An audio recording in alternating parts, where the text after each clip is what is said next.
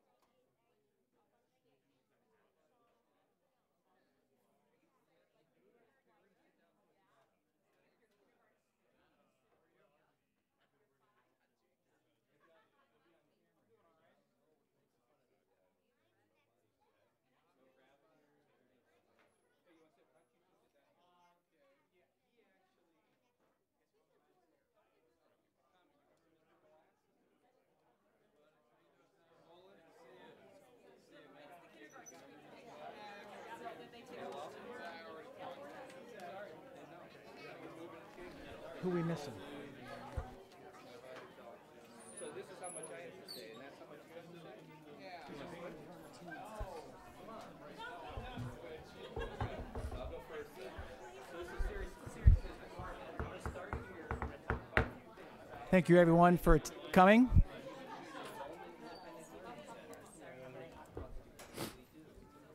We'll get you guys all ready.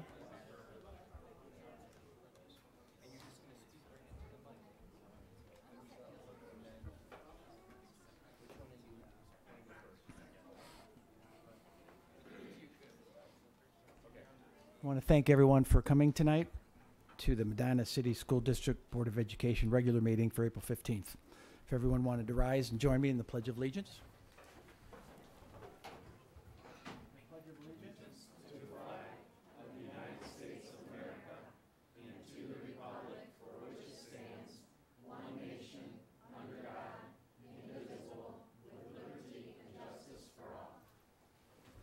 Thank you.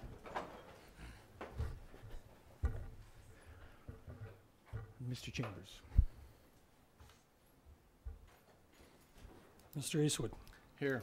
Ms. Parkhurst. Here. Mr. Skidmore. Here. Ms. Pavlik. Here. Mr. Ross. Here. Thank you. And if I can get a motion to approve the regular minutes for the regular meeting on March 18th, 2019, and our work session for April 9th, 2019. I make a motion to approve those minutes. I'll second. Any discussion?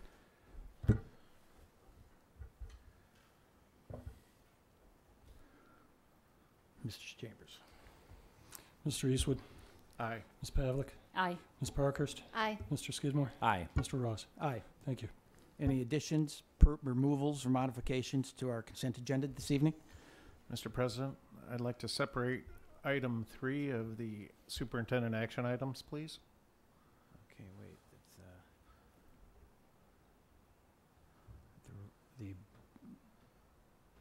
for asphalt repair. Correct.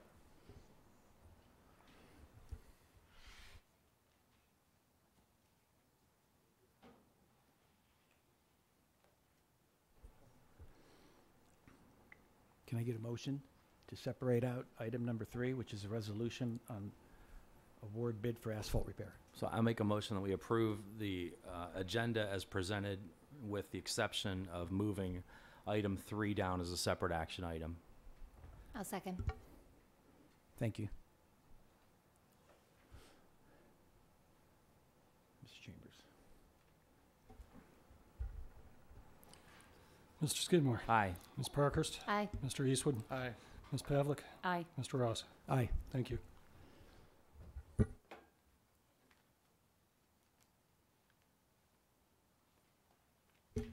We are fortunate to have several presentations this evening, and I would like to start with Blake. Come on down. You guys are up for our first presentation. We look forward to hearing about what's going on at Blake. Can I move this way so they can stand on, up on the step?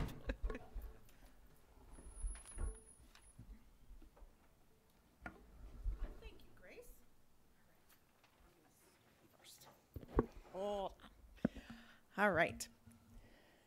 Thank you. So last month, in an effort to create a sense of community among the first graders, as well as building a culture of togetherness for the whole pod, which consists of kindergarten and first graders, our first grade teachers began morning meetings. And if you look at the first slide here, go back one, sorry. Our Be Respectful, Be Responsible, Be Ready has been what we have really tried to focus on this year. Our overall theme going along with that is that be kind. So developing that sense of belonging, that sense of community throughout the building has been a goal of ours, a purpose this year. So during this time, during morning meetings, they take turns planning, the teachers take turns planning and leading the morning meetings. They do activities to create a positive culture, as well as planning fun ways to teach social emotional skills, like getting along, dealing with conflict, apologizing for mistakes, taking turns, and more. After taking a month to get morning meeting routines consistent, they then invited the kindergartners to join them so the first graders could be role models for them. So here's first grader Grace Erda to tell you a little bit about morning meetings. In morning meetings, we get to know each other and have fun. So this is what I want to say. I like morning meetings because we get to have partners every day and buddy up. It's nice to be able to buddy up with kids from other classes. So I'm in Mrs. Courtney's class, but I can buddy up with someone from Mrs. Liston's class or even Miss Badger's class. Every day with our partner, we shake hands and greet. We have cards with questions that we ask each other, like, what would you do if you had enough money to buy ice cream? We do all kinds of fun things, and it's important to greet people no matter where you are, like England or even Italy. Our closing is be ready, be respectful, be responsible, and whoosh. I think we do morning meeting to teach us to get along with each other and always buddy up. So Grace has been a big part of those morning meetings, and we have a couple videos to show you, some very short videos. The first one is the morning greeting that she was talking about. And there is sound, Ryan. There should be. If you click on it, it'll get bigger. There you go.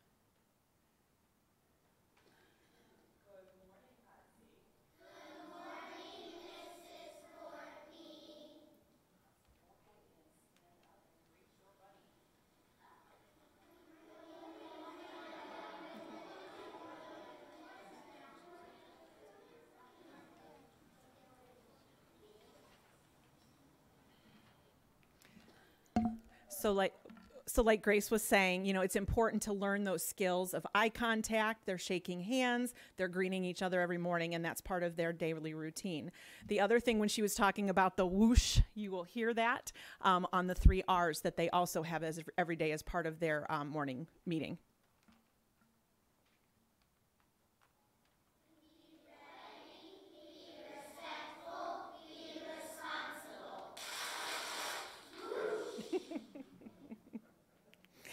And then finally, they always have a lesson of some sort. So the teachers will teach some sort of a lesson that goes along with those social emotional standards, things that they have been seeing maybe in their classrooms or around the building that they feel like the students need to practice. So this is the just an example of one of the lessons.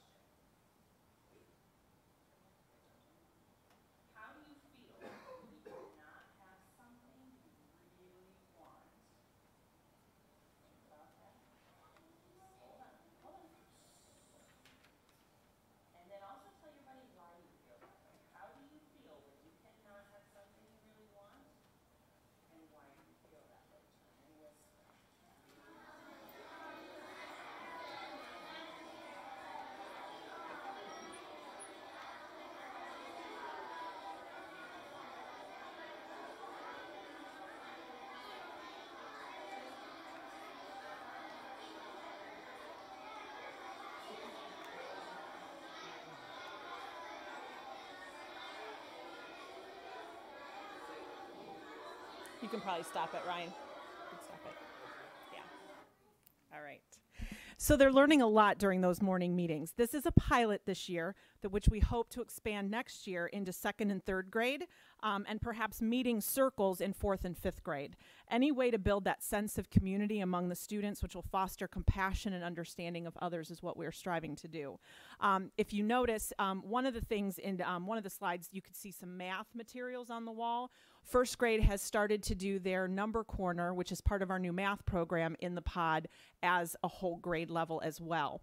And that has been really exciting to see the students kind of working together, giving them more options for different students to work with as partners, and just building, again, that sense of community and that those conversational skills has been wonderful. To go along with building community this year, we changed up our leadership teams, which we've had for the past few years, to family groups. Family groups consist of about 15 students from all grade levels mixed together with a staff facilitator / mentor. Here's 3rd grader Tony Frajovsky to tell you about family groups.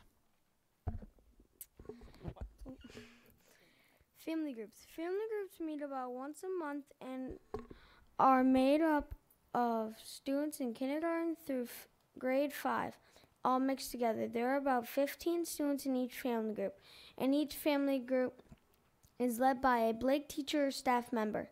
Each time we meet, we start with a circle meeting where we share something about ourselves or answer a question like describing something you're good at, and describe a kind gesture that someone did for you. Then there's a story that all groups watch that helps us deal with things we might be having trouble with. After the story, we do an activity that goes along with it to help us remember what we learned. For example, we watched a story about dealing with our emotions, and then we learned a song and dance about pushing our anger out. We also worked with a partner to talk about things that trigger us and what we could do about it. When we did the Great Kindness Challenge, each family group made a kindness poster that were hung up in the hallway. This way students could see a lot of different ways they could show kindness to each other. I like family groups because we get to work with younger kids and we're able to help them instead of a teacher always helping. We get to meet new students that we normally won't meet. For example, I met my new friend Chalmer, who's in 5th grade. We get to meet kids instead of always being in the same class with the same kids. Sometimes kids get to work with their siblings and help them out if they're in the same family group. If they're having a bad day, we can try and cheer them up. So family groups have been a really great addition this year. We've had many students say how much they like them, and even the staff have really enjoyed meeting and connecting with new students. When students see family group members in the hallway, they give high fives, they say hello. Tony actually wrote me a letter a few months ago, I think, asking us if we could have family groups longer and more often. And he's just one of the many kids who have told me how excited they are when family group day comes along. Our 4th and 5th graders escort our kindergartners to and from family groups, and it's heartwarming to see them laughing and talking with our youngest students. They hold their hands as they walk down the hallways. Students find opportunities to visit their family group teachers just to tell them about the exciting things that are going on in their lives. And teachers are checking up on their family group students to make sure they're doing well. So if they have if they have a student that they know is struggling, they'll follow up and find that student during the day, check in with the teacher, and just be that mentor that the students need. It's certainly done an amazing job of building connections and positive relationships between students and adults. Every child needs a hero, and we hope that the family group leaders become that for our students. So the next slide is, I don't expect you to be able to read that, but is a sample lesson plan. We have lesson plans each time we have a family group to ensure that all of the students in Blake are hearing and getting the same message and getting the same activities. So this one was one about our Great Kindness Challenge, creating the kindness posters, and the next one was the one about what triggers us. So it's the next one. Yeah, sorry. Flipping your lid was one of the things we talked about. What causes us to flip our lid and what can we do about it?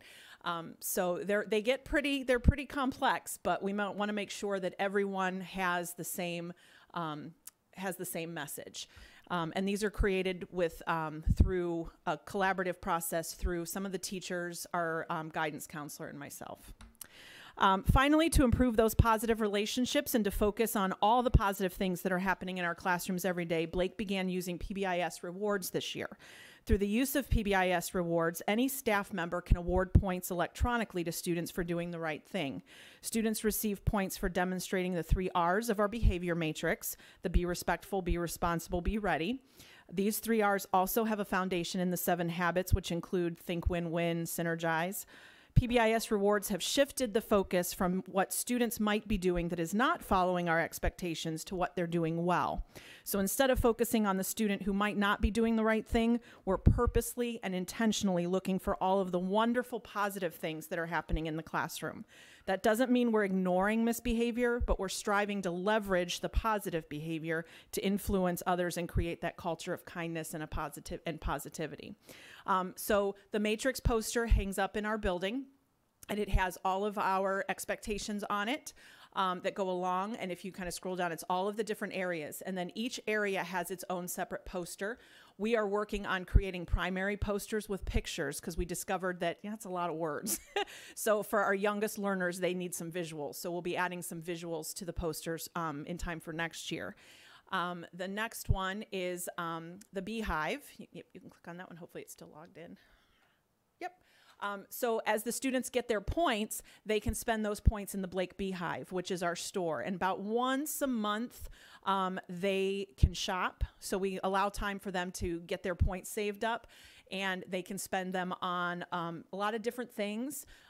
They really enjoy it. They have to, we're teaching them to save. Obviously, like the modeling clay is 300 points, but if they really want that, they're going to save. So they're actually, the kindergartners are really good. They'll even say, I'm going to save my points till next time because I really want such and such. But then you also have the ones who are like, I want candy now. So, you know, it's a balance, but they really enjoy it. It gives them an incentive. And then the last one is we're doing really well with the points. So this is a snapshot of the points that have been awarded from the beginning of the year. Maybe go, you know what, click on snapshot to the left. There we go. And then year to date in that blue box. Yep, year to date. Perfect. Thank you. So we've given out 127,614 points this year so far in all grade levels. So that's a lot of positive interactions with students, and that's really our primary focus, is to increase those positive connections with students, and by complimenting them, giving them positive feedback for the things they're doing well. So each one of those tallies should represent a positive interaction between a student and an adult. So to summarize, we, the students and staff at HG Blake, have made it our mission to focus on the positives, build community and connections with each other, and make Blake a school that expects and spreads kindness to everyone. Thank you. Do you have any questions for me, for Grace, or Tony? I'd like to just make a quick comment for you and especially for the students. Thank you for coming tonight. You guys are a bright, shining star. What you did and what you share means a lot for us to see what's happening in your school. The reality that life has stress, right? And there's times things don't go the way you want, but you're hearing there's tools to help you from flipping your lid, right? That's huge. That's great. And I encourage you to continue down that, to help one another, encourage one another. Thank you and your staff for picking that up. I think that's great. Eldor, I just want to add that, you know, for the kids, it takes a lot of courage to get up there and speak. So you guys did a wonderful job. And thank you, because what you're doing is it's going to pay off down the road. These kids are going to grow up to be responsible young adults, which is part of the public education experience. So thank you wholeheartedly. Thank you. So. Thank you, Ms. Lavadas. The other thing that I would like to share, we've been doing these presentations, we've talked about PBIS, so it's nice to see that these things are actually in action in our buildings, and with these presentations you've seen some consistency in terms of the programming that is being implemented, and we feel confident that down the road we're going to see how that carries into the upper grade levels as the students move between buildings.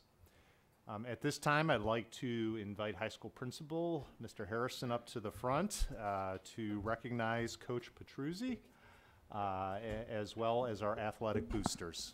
Awesome. If I have Coach join me up front here. Thanks for the opportunity tonight. And Coach Petruzzi has been our boys and girls swim coach for some time now. Boy, the time has gone by fast, hasn't it?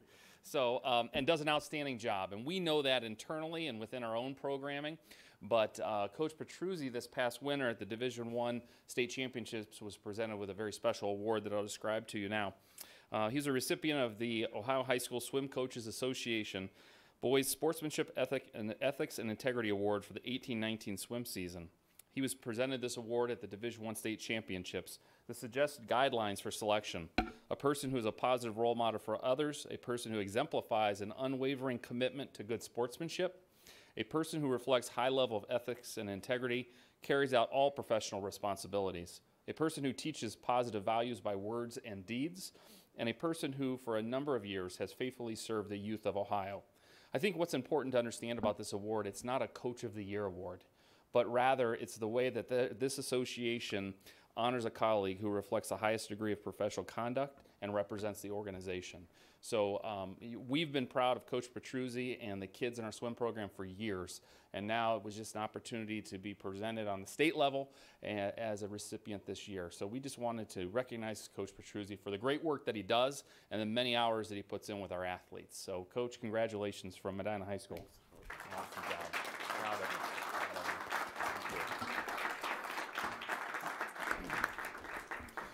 Next up, Mr. Troy McLowry is going to be presenting some wonderful things that are happening within our athletic department and athletic booster club in particular. So I promised him I wouldn't steal any of the thunder, but he has some special guests with him tonight that will share the connections that are being made from the community to our school each and every day. All yours. Hi, thanks, Jeff, and thanks for the opportunity to present. Again, I'm Troy McLowry, president at Medina Athletic Boosters.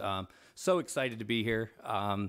3 different things I want to talk about. We had a retreat, a strategic planning retreat last year, and for the school year, we wanted to accomplish 3 goals with the boosters.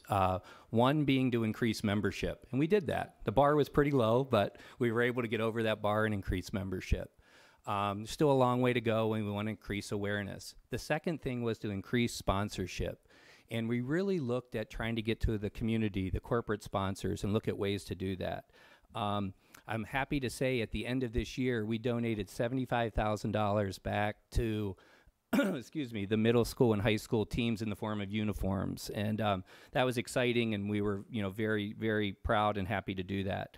In addition, next month we'll do 7 sponsorships, using sponsorship dollars to do 7 scholarships that will be available for seniors here coming up for graduation. And finally, there was an initiative to replace the Claggett gym floor, and we are donating $8,000 towards that initiative. And we're excited because not only for the athletic events that happen there, but just have access to a safe and playable floor that needed some work for a few years. The exciting thing is we reached out to one of our corporate sponsors, and they've agreed to give $8,000 back to us to fund that project. So Amy Hose is going to give that money as well. So that's exciting. Our third initiative, and probably the most important for us, was being able to give back to the Medina City schools, the athletics, and the community. And we really were able to partner with three different organizations. One was Student Council, and again this year we were able to give $20,000 back for prom, and we're excited they help out with all of our concessions, but we were able to partner with them and utilize $20,000 for prom. Second, and these two incredible guys behind me, and probably one of the most incredible experiences that I get to participate in each week, is we partnered with the Bowman Independent Learning Center. And these guys, as you can see wearing the shirts, the Booster Squad, are there as our back office, so to speak, for concessions and all things concessions. And it's just amazing what they do day in and day out. And I'm going to try not to break up as I say it, but they really are just incredibly special to me and what they do, and they're going to talk for a couple minutes about what they do. Tommy, you're going first? Yeah. Don't show me up. There you go. Okay. I want to talk about how we do our shopping for boosters. We are responsible for buying some of the concession stand supplies for Medina Athletic Boosters. It's a skill where we learn about comparison shopping. We check for the best price and sometimes go to 2 different stores to find it. We work together at the store by having one person read the list and the other take turns doing the shopping. We are learning about being responsible consumers. I like it because I love giving back to MHS.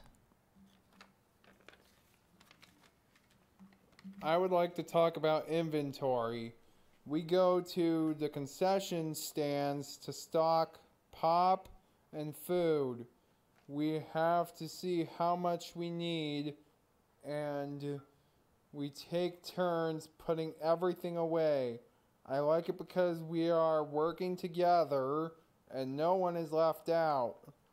We are learning about work and also how to prepare and live on our own by putting things away where they belong, making sure we have everything we need.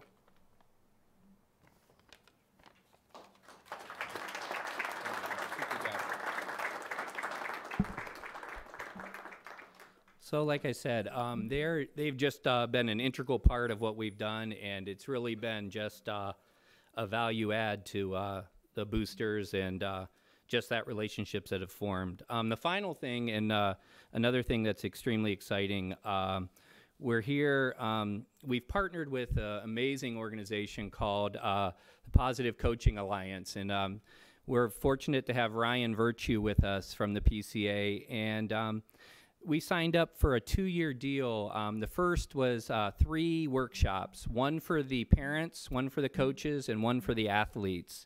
And we've heard some other schools in Northeast Ohio that have done it, and of course all over the country, but we talked to them and they said how incredible the workshops have been, and we, again, just very excited. We're going to have Ryan tell you a little bit more about the PCA and how sort of going beyond athletics and into leadership. Ryan, he's a proud father of 2 young boys, resides in Avon, a former college student athlete at Niagara University where he played baseball. He worked in the collegiate athletics space for about 10 years prior to making a passion move to join Positive Coaching Alliance. So here's Ryan. Thanks, Rob. Appreciate it. Well, first of all, thank you for the opportunity to be here. Really appreciate, and obviously what Troy and Tom and the rest of the Booster Club are doing is absolutely incredible to extend far beyond what most Booster Clubs do in terms of, you know, their ability to give back to the community. So huge shout out to them. I wanted to spend a little bit of time talking about what you see on screen there, which is looking at athletics not as extracurricular, but very much as co-curricular. Obviously, you can see there's a ton of just character development traits that are developed through athletics: teamwork, grit, perseverance. Really, they're not listed there, but ability to battle adversity and understand the importance of different authoritative figures in your life and how to handle relationships with, you know, up, down, inside out, and sideways. So sports is really integral as part of the learning process through the high school environment. Specifically for you guys at Medina High School, there's a little north of 850 student athletes within the high school level. That's about 36% of your student body. So when you look at, you know, a single outside of the classroom opportunity to really affect change and teach a lot of the social and emotional learning aspects that are associated with what you do on a day-to-day, this field of play is a huge opportunity for that and to escalate that. And then obviously you look at the middle school and what's coming. Right now you got about 485 athletes in the middle school level. So combined, you've got over 1,300 kids that are playing athletics within your communities. I think what's great about athletics is not just the impact on the athletes themselves, but when you look at community engagement opportunities, there's, again, no more passionate group of people than sports fans, sports parents, coaches. And so just the impact from a holistic approach is enormous. I had a great opportunity to meet with Maureen at the community center the other day, and we're looking to extend the partnership that kind of started with you guys to more of a community approach and working with the community center and trying to get more involved and really help prepare kids for the high school level, so we're not introducing these core characteristic philosophies and everything to them at the high school level. Really, there's one key thing that I really want to point to, and that's looking at long-term success through athletics. So obviously we're talking athletics in the high school environment. There's a very minute percentage that's going to play collegiately. And so the importance of it is really on that character development, teaching life lessons, not on just simply preparing them to be better athletes. So our mission is summed up as better athletes, better people, and that's what we look to bring to organizations and to different schools within your community.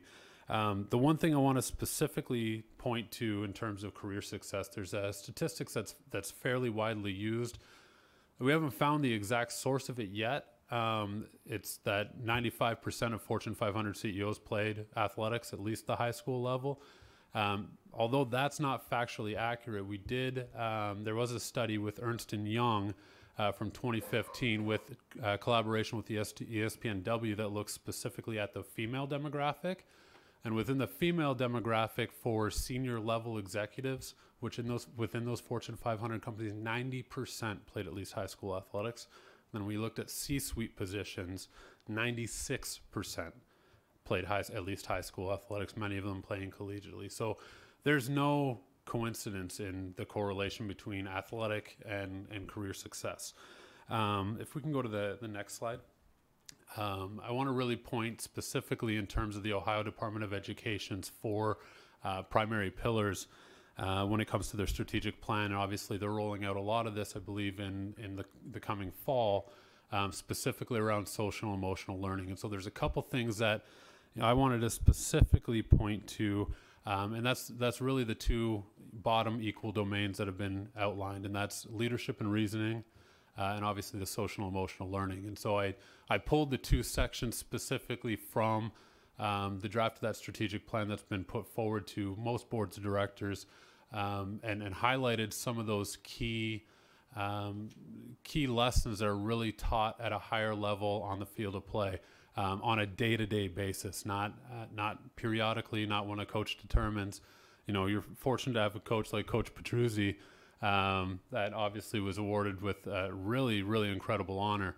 And our whole goal is to help expand beyond that, and so that we're able to help train the next level of coaches and continue to grow this. So I won't run through all those list of characteristics, but when you look at the ability to battle back from mistakes, those happen on the field of play every single day. You know, I'm a baseball guy, as Troy referenced, and you know, if you're successful 3 times out of 10, you're in the Hall of Fame, which means 70% you're good if you've only failed 70% of the time. So, so it's really, you know, an important piece to this whole process. And I think it's really important to make sure that we're not just doing sports, we're doing sports right. And doing sports right teaches a lot of these characteristics. There's obviously a lot of athletics that are done incorrectly, and we really come in to try to help train coaches, parents, athletes, and leadership to really make sure they're focused on the right character development pieces. If we can go to the next slide. So this is just a real quick overview of our entire approach. So we call this the development zone, which is looking at really the 4 main constituent groups that create the environment and create the culture within your landscape. And that's the leadership. So that's obviously the folks in this room. That's the athletic director and Todd. That's the booster club, that's the superintendent, that's the principal, and everybody in between. And really making sure that, you know, those outlined goals and objectives and the mission is really clearly not just outlined, but followed at the highest possible level. We train coaches to be what we call a double goal coach, which is really, again, what Coach Petruzzi already exemplifies, which is fantastic. But it's really, you know, we want coaches to win. Okay, but the reason why we want them to win has nothing to do with the result of winning itself. It has everything to do with what is in pursuit, what is taught in pursuit of winning. If winning is not a focus, there's not that maximum effort, there's not that goal setting. So that's an important piece of that process. But that second goal is really teaching life lessons and building the strong characteristic traits that really make people successful later in their lives. We work with parents to be what we call a second goal parent, which is role as a parent is to understand that this is a huge learning opportunity for the kids. So let the coaches focus on the first goal of winning, the on-field product, but in partnership with the coaches, it's really an opportunity to help amplify, you know, those life lessons and really put the court in the kids' hands to develop their own perception of success and how they continue to progress in their careers. And then we work really well with the student athletes and train them to be what we call a triple impact competitor, which is how do you make yourself better, how do you make your teammates better, and how do you honor the game? And honor the game is where we get into honoring the rules, opponents, officials, teammates, and yourself. And what's great about that whole structure, again, is looking at the correlation between the field of play and every aspect of life. There's rules in life, there's laws. Right? There's rules in the workplace. You always have to follow those. So teaching those at a higher level. Opponents. There's opponents everywhere you go. There's competition in business. You know, that's what really helps you continue to elevate and not get complacent in what you do. So teaching that at the highest level, at the high school level, is really key. Officials. There's officials everywhere. It's your bosses in the workplace. It's the law enforcement on the streets. They're everywhere. Teammates, obviously, you got coworkers, right? And then yourself, you always want to hold yourself to the highest possible regard. So that's what we train these kids through these programs. And we're really, again, excited for the opportunity to be a part of this and to be working with such a great booster club that understands the importance of community and really amplifying these life lessons through athletics. So thanks again for the opportunity. I'm more than happy to answer any questions you may have about our partnership with the booster club. But thank you again, guys, very much.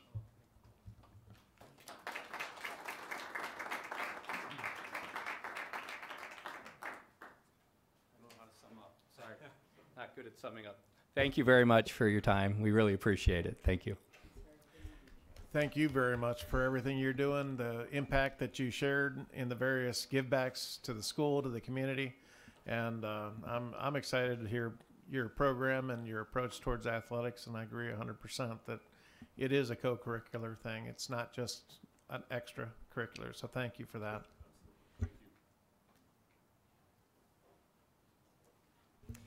I'd like to thank the boosters as well. I mean, the extensive impact that the boosters organization is having, even outside of athletics, is really special. And I know for a fact you don't see that everywhere. in addition, some other things that I don't know that were really mentioned here, but they also help pay for our gym floor about 3 years ago here at the high school. And in addition to that, at our work session, we had a conversation about pay to participate fees and families' abilities to be able to handle those, and maybe some adjustments and changes that we need to look into as a district to ensure that athletic programs are accessible to all of our students. And the boosters have played an important role in helping to ensure that students' participate fees are covered and have that opportunity. Thank you. Next up is an exciting new initiative where I really think we're taking a leadership role in the state with, and that's in large part thanks to Rob Travis, our transportation director, as well as Amy Busby, our communications director. An obvious concern of any district is the safety of our students on buses. A conversation we had earlier this year that has come up in other districts is seatbelts on buses. In an effort to make sure we are moving forward in the best direction to make sure our students are safe, Mr. Travis spent time looking into where are the safety concerns on buses. And actually the number one cause for issues with a bus and an accident is actually all of us, the drivers around the buses. So at this time, I'd like to invite the two of them up to present.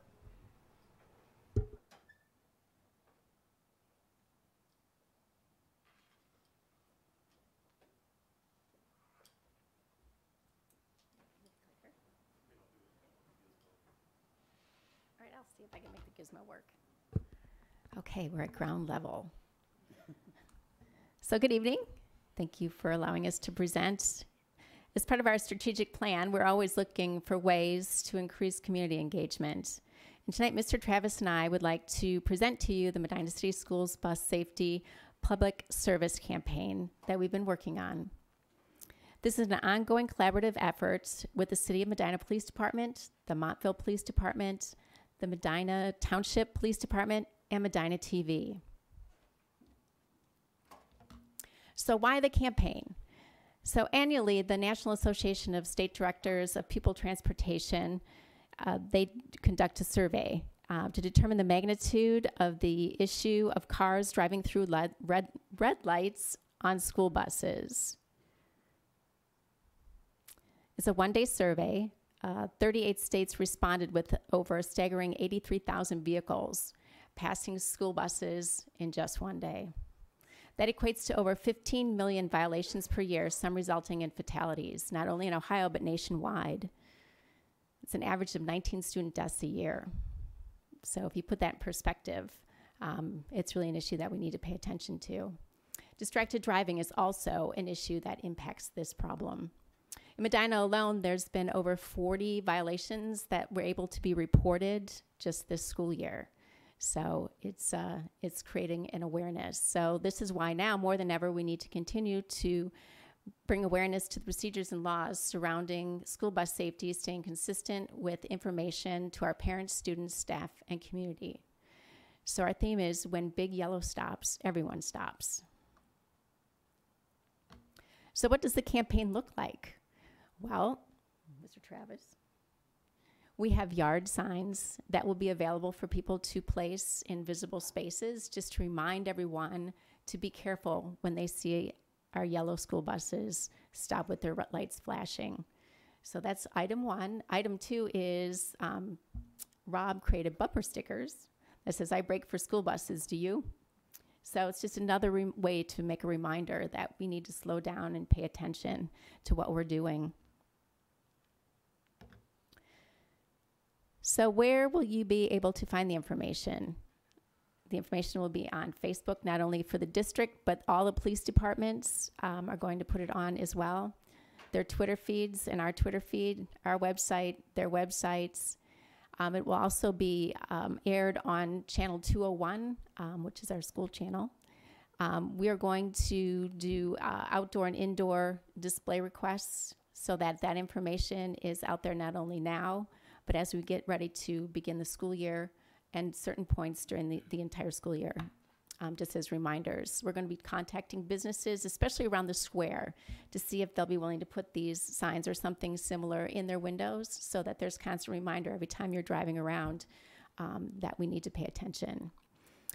We also have community events that are coming up where Rob will have the school bus and Buster and all kinds of new things. Can I say?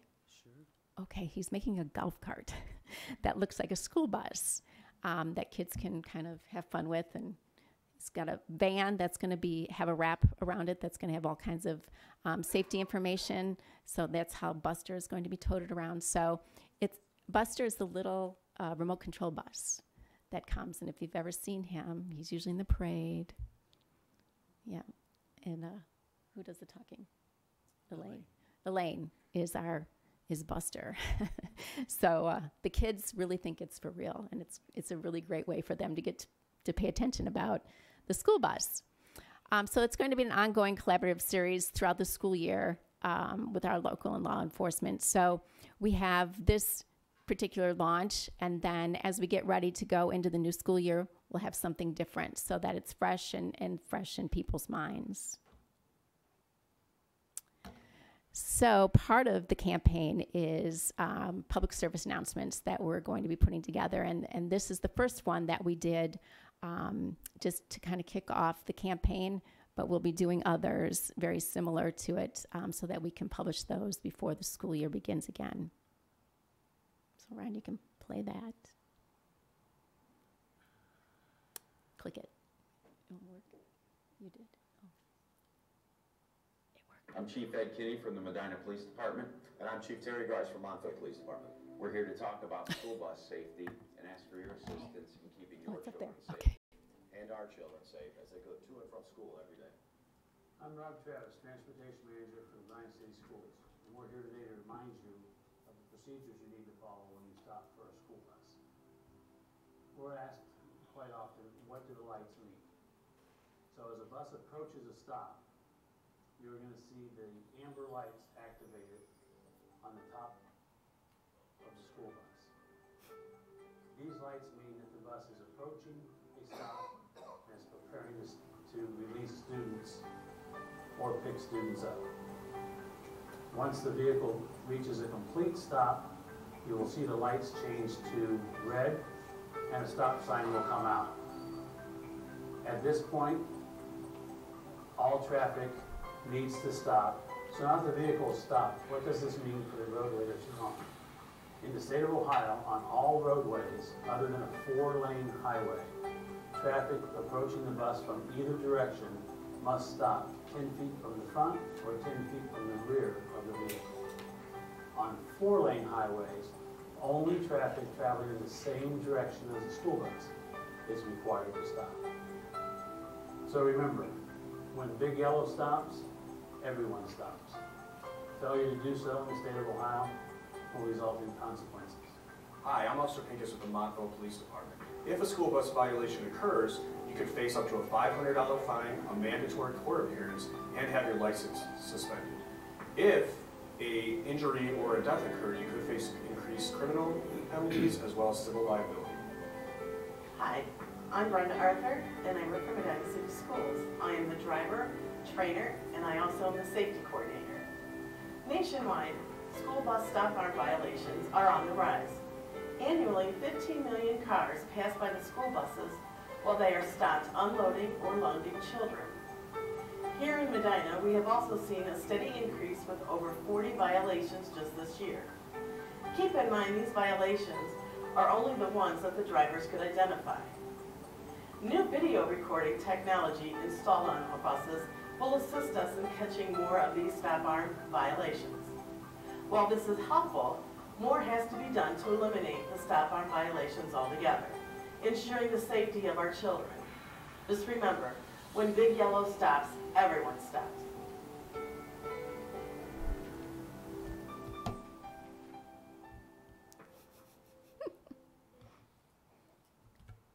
Okay. Okay, so look forward to more of those types of service announcements. And I'm going to hand it over to Rob. Mrs. Busby, real quick, will those also be available, those videos on our YouTube channel? Yes. Thank you. Yep. So our hope for this campaign is not only for Medina, but to go statewide. We would love to see that happen. The information that was just on the video, the only place that's available to the public is when you buy your license plates. So not your sticker, but when you get your plates, the plastic sleeve that the plates come in that you open and toss has school bus information there for the what to do when stopping for a school bus. Problem is people don't read and they throw that away. So earlier this year, end of October, beginning of November, if you keep track of the news, there were several accidents that happened within a 2-week span that claimed the lives of about 5 students that were waiting for their school bus or crossing to go to their school bus because people simply weren't paying attention to the lights. As Amy said, distracted driving is one of the biggest causes of what we're trying to deal with, and we're trying to get the public aware of the magnitude of passing a school bus. It's not just that you're in a hurry and you might get a ticket. You know, there's children's lives at stake, and we need to do a better job and find a way to get the message out. So after seeing that, we had been working on our buses to do some things. If you notice in the video, and if you notice school buses when you travel, in the video you'll notice that the Medina buses just above the front bumper and just above the rear bumper have auxiliary flashing lights. That's the first equipment we installed to heighten the awareness for the motoring public. The lights that are up high, people tend to not see. So we started with that. And then we have also done what they call pedestrian lights off the front bumpers. So when the bus stops and activates their lights, there's an automatic crossing light that comes on that now illuminates the road in front of the vehicle. So not only students can see to cross, but now cars approaching the bus can also see that students are crossing the road. We have added those. We have not completed that campaign. We're probably about 50% of the way through. The other thing that we've done to help enhance the safety for students crossing, when students get on the bus, drivers will turn the inside light on so they are able to see, and also so that students can see them when giving hand signals. And we don't like to have anything that distracts drivers on our end either. So the procedure, you turn on the warning lights, and then when you stop, you open the door, and that activates the red lights, and then you have to reach for another 2 switches to turn on the dome lights. So after meeting with our mechanics in the State Highway Patrol, we've automated that process also. We changed some circuits on the bus, and now all of that is automated with the red lights. So the dome lights come on, which help illuminate the vehicle on the outside also. So we're trying to do those types of things. We also have drivers, if you drive around and you see our drivers out, they're wearing neon gloves now that also help students see their hand signals when they're crossing. So these are some efforts that we're doing along with the campaign. And like Amy said, we have some other things coming. We want to talk about distracted driving. Because when you look at annually 19 students are losing their lives outside the school bus, and you'll hear a big push for seatbelts. And while no life loss is acceptable, inside the bus, you're seeing on average 3 students a year nationwide. And the accidents that we have reviewed over the years are also a result of distracted driving, not only by the bus driver, but by the motoring public. So we need to end it on all fronts so that we can make sure students are safe. The vehicle is the safest vehicle out there, Now we need to make sure the people around us are safe. And it's a daunting task because last Friday, as an example, we had a bus that broke down at the intersection of Woodland and Weymouth. Myself, our head mechanic, went out. We dispatched another bus to the location so we could pick students up. Vehicle needed a minor repair. We went ahead and switched students to another bus and sent them on. So we're sitting there with not one bus, but two buses stopped, red lights on, stop signs deployed, service vehicle there with strobe lights on, and myself and Dale, and we had 3 cars pass us. We stopped them, turned our back, and they continued to go through. So we need to do a better job. And like I said, our hope is that this catches on, because it's not just a Medina issue, it's a nationwide issue. So, any questions? Thank you to our transportation department, especially Rob. I know a lot of times when you're dealing with trying to organize all these bus stops and also meet families' individual wants and needs, it can be difficult to still maintain a focus on kids. And we talk about every student every day, and we're lucky to have a transportation department that really, truly believes in that, and that we're looking at students even beyond our district to have a state and even national impact. We do have a press release that Amy's going to distribute following this meeting. Our intent is to not only give that to our local Medina media, but we're actually going to be sending that out more regionally, and we want to make sure that the TV stations get that as well, so they have the opportunity to hopefully pick up on this and help more kids be safe. We really do appreciate it, and I especially appreciate the innovation that you use to coordinate with the one touch that the lights come on. I mean, it's amazing to me that maybe the manufacturer or someone hasn't already done that. Yeah. So that's great that you've taken the initiative and your staff to go ahead and do that for us to be as safe as we can be. Yeah, thank you.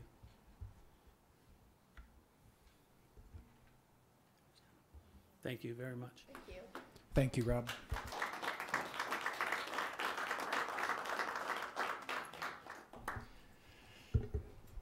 And last but not least, I know we've had a flurry of presentations this evening. If I could just add on real Sure. quick to that comment. The video was so well done, and it almost makes you wonder if maybe some of the local channels would carry that as well, the Cleveland channels, as a public service announcement possibly. And I don't know if that's something that we could maybe send on a copy to them. But yeah, that was kudos to the district and Rob and Amy and the chiefs for being part of that. So thank you. Aaron, I'd like to add too, the community is incredibly grateful for all of your efforts. And if it has to be the 5,001st time for somebody to hear that and for it to finally get through, we really appreciate it. Thank you.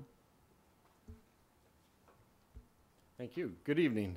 I would like to start by recognizing our Facility Committee, which is a group that gathers first Thursday of every month. And what we do is we take in information from students, staff, board members, community members about our facilities and also our maintenance department and what the facility needs are. And we create a 5-year capital improvement plan. And every year we meet and do an annual review of that plan and change our priorities based on whether asphalt conditions have worsened or roof conditions have worsened, but that's what this group does. And I'd like to thank Mr. Skidmore, Mr. Eastwood, who both are representing the board on that committee, as well as members of the committee from the community, Jerry Gunner, a lot of experience in commercial, maintaining commercial buildings. We also have Scott Miller with a lot of experience with interior design, interior work, and of course Jeff Brandon, who has experience not only in the real estate market, but as a township trustee. And then, of course, thank you, Mr. Sable and Dr. Kowalik and Mr. Chambers for being a part of that committee. Steve Mishler is our maintenance supervisor, so he's an integral part of that committee now.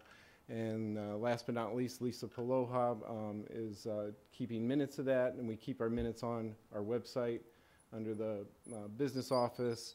And then she does a tremendous job throughout the whole year, just keeping all our projects keeping contractors paid, reviewing, getting documents shuffled back and forth, as you might imagine, with a lot of construction. So just a review of the last year we had.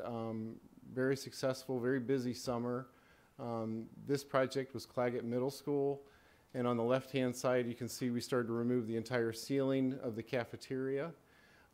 We completely remodeled that cafeteria just to modernize it. Changed the ceiling so we'd have a soffit kind of effect to help not only with the aesthetics of the room, but the acoustics of the room as well. Whitewashed all the brick to kind of brighten everything, added colors, our school colors.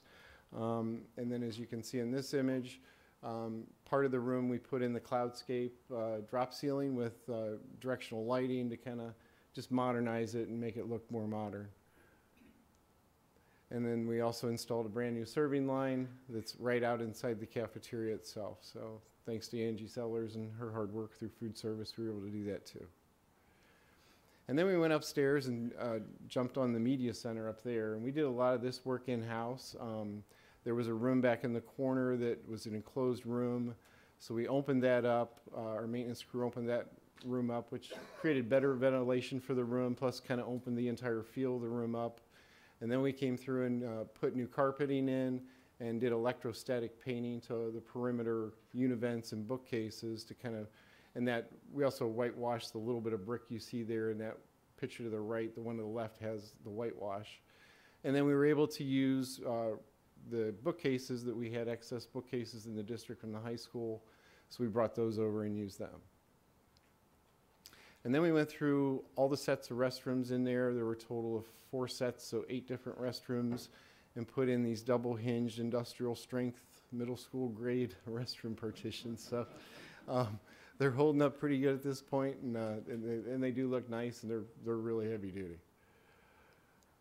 We went through and replaced 3 sets of doors, the main entrance doors, and then the ones directly across from there, as well as the rear door going into, off the playground into the building. Another issue we addressed in the building was the hot water system we had. We were storing right around 2,000 gallons of hot water, so we were way over, oversized there.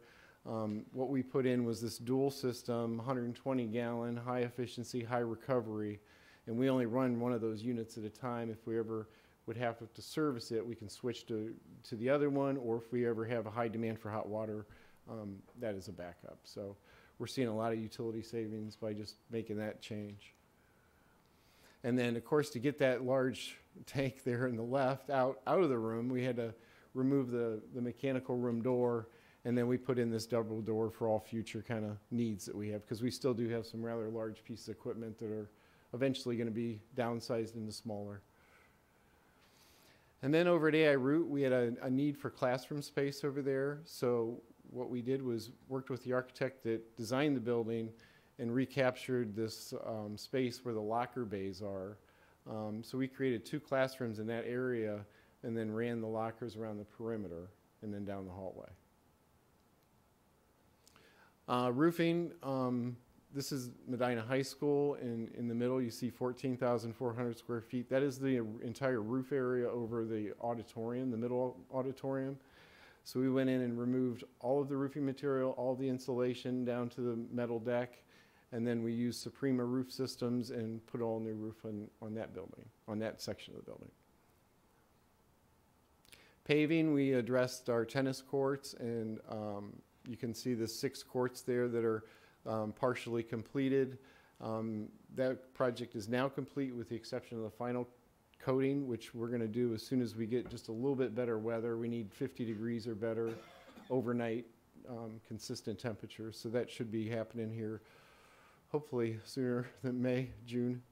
And then as far as other paving projects, we really spent a lot of time at transportation. As you recall our pictures from before, we had buses literally that were getting frozen to the ground because of the pockets where the wheels would sit. Went in with heavy duty paving, concrete, substantial amount of drainage installed. The challenge on this site has been it's extremely flat as well as our neighbors, so getting water to move on flat land is a challenge, but that's a picture of the before and after.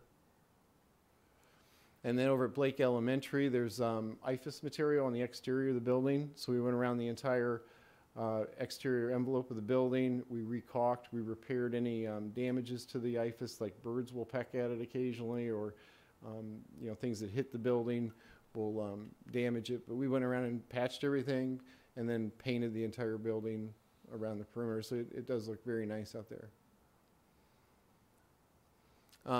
We'd like to thank New Hill Church for this project. They came forward and wanted to do a project with us, so they used their forces to come in and help us at Memorial and fix up these basketball poles. And so we painted the basketball poles and were able to put new baskets up. So. And then at Memorial Stadium, we had kind of a project we did not plan for, and it was just over the course of the winter, the structure started to show some real significant structural issues with a beam that goes right through that opening there. So we brought the city inspector out to kind of get his feel as to how significant the damages were, and then we got some guidance from him and worked with a local masonry contractor to remove that beam. So we kind of had to take a lot of that block and brick off, replace the beam with a new beam, and then we rebuilt that area as well as inside the stadium, a couple little areas.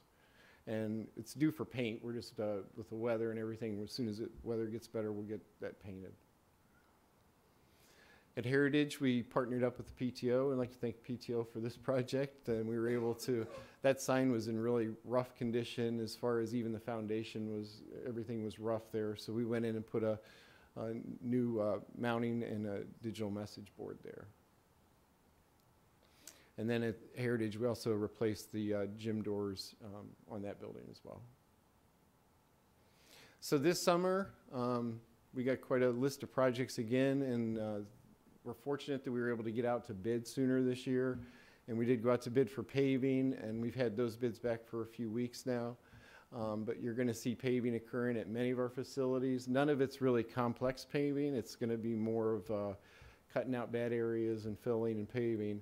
But you'll see us paving pretty much all across almost all the buildings, it looks like here, except for a few. But and the good news is the bids came in very aggressive. We had quite a number of bids, and we were quite a bit under budget as far as our bidding is concerned. And then roofing, I know we talked about what we're addressing there with Canavan. We got 9,500 square feet, and that particular roof, I don't know why it aged so quickly, but it's down to literally the mesh of the roofing material, so it's long overdue for re-roofing. So we have that bid at $103,800, so we're under budget there as well. And then with our agreement with Medina City Rec Center, where we have capital funds set aside every year, we have an accumulation of funds, obviously, to fund all these larger projects as they come up, but this is a particularly large project for us, and that's to re-roof both those large roof areas you see there, that area as well as this area. So it's about 50,000 square feet of roofing, and it came in just a little bit under budget at $1,067,000. And then we are very close to, we're about 90% with drawings on the Northrop Connector Trail. What we've done with this trail is straightened it out as well as incorporated LED lighting. And even today we were kind of working through with them and the electrical engineer on the lighting as far as having the, not too many poles, but not too little. We don't want to get too carried away with illuminating it, but we want it to be safe. So we're real close to having that ready to go to bid. And then as we talked earlier about the athletic boosters, this is the image of how the new gym floor is going to look at Claggett Middle School. And then we're also doing the bleachers in that building as well. So the plan of the project has been to come in and as soon as the students are out early June, remove those bleachers and then let the flooring people go in so they can get the entire room sanded and finished out. And then we'll bring the bleacher contractor back in July and install the new bleachers. Any questions? John, I just have a couple questions. On the Northrop Connector Trail, Yeah. it's shaded two different colors. Is that because of materials? Or? It's materials. You have some paving that goes down into the wetlands, which is from the bottom working kind of the curve. Okay. That's all paving, and then you transition to wood platforms, but they're actually going to be a composite, so they're maintenance free, and they have like elevated feet that don't disturb the wetlands, and they're adjustable so they can kind of follow the contour of the land to work their way up.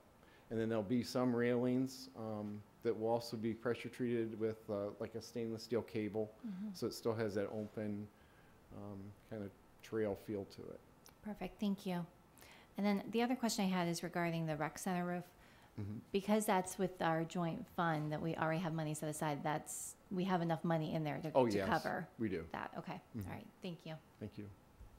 John, I was just going to ask, those benches in front of the tennis courts Yes. on the Union side, I remember, it's been a while, but I remember the last time I looked at them, they were tilted. Was that? I think that's been corrected. We actually went through and regraded that area as part of the project. We hired a separate contractor because we found the bid amount for that particular item was a little high, so we hired a landscaping contractor, and we took a lot of that because it used to be kind of mounded up, and got it all leveled down, and I think it's still kind of seeded at this point. It's hopefully grow some grass in the spring here. So. Okay, great. And the top coat on the courts is going to be certain color? Blue. It's going to be blue. That's still, okay. Thank you. I just want to say thanks for the presentation. You covered a lot of ground. We got a lot of stuff going on. So I just wanted to say thanks for making that more visible for people to see. Sure. John, quick question. The Northeast Main Drive, Lot G for the high school, is that the one by the Performing Arts Center that you, the one you came for the rec center? Yeah, okay. And just, could you explain about the blue color for the tennis courts? Well, that is kind of the newest and greatest USTA standard, and it's indoor and outdoor. And we've of course put that right back to our coaches and said, how do you guys feel about this? Is this acceptable and something you want? And it is something that you'll see Highland has blue courts as well. It is the new thing as far as visibility of the ball and all those factors in tennis. So. Good. I just wanted the community to know, because you'd think that green, it would be green, but no, green. Makes sense. Thanks. So. Thank you. Thank you, John. At this time, we're going to, because we've been going for over an hour, we're going to take a 5-minute recess, and then we will return with our action items. Actually, no, I'm sorry. We will return with our treasurer's communications. So we'll take a 5-minute recess. Thank you.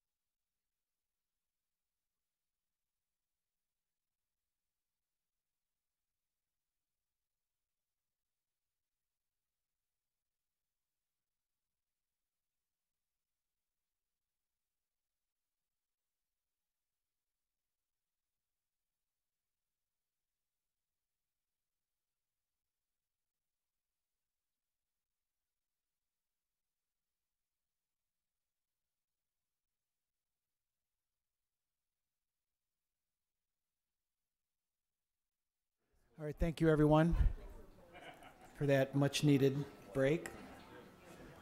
And we will continue with Treasurer's Communications, Mr. Chambers.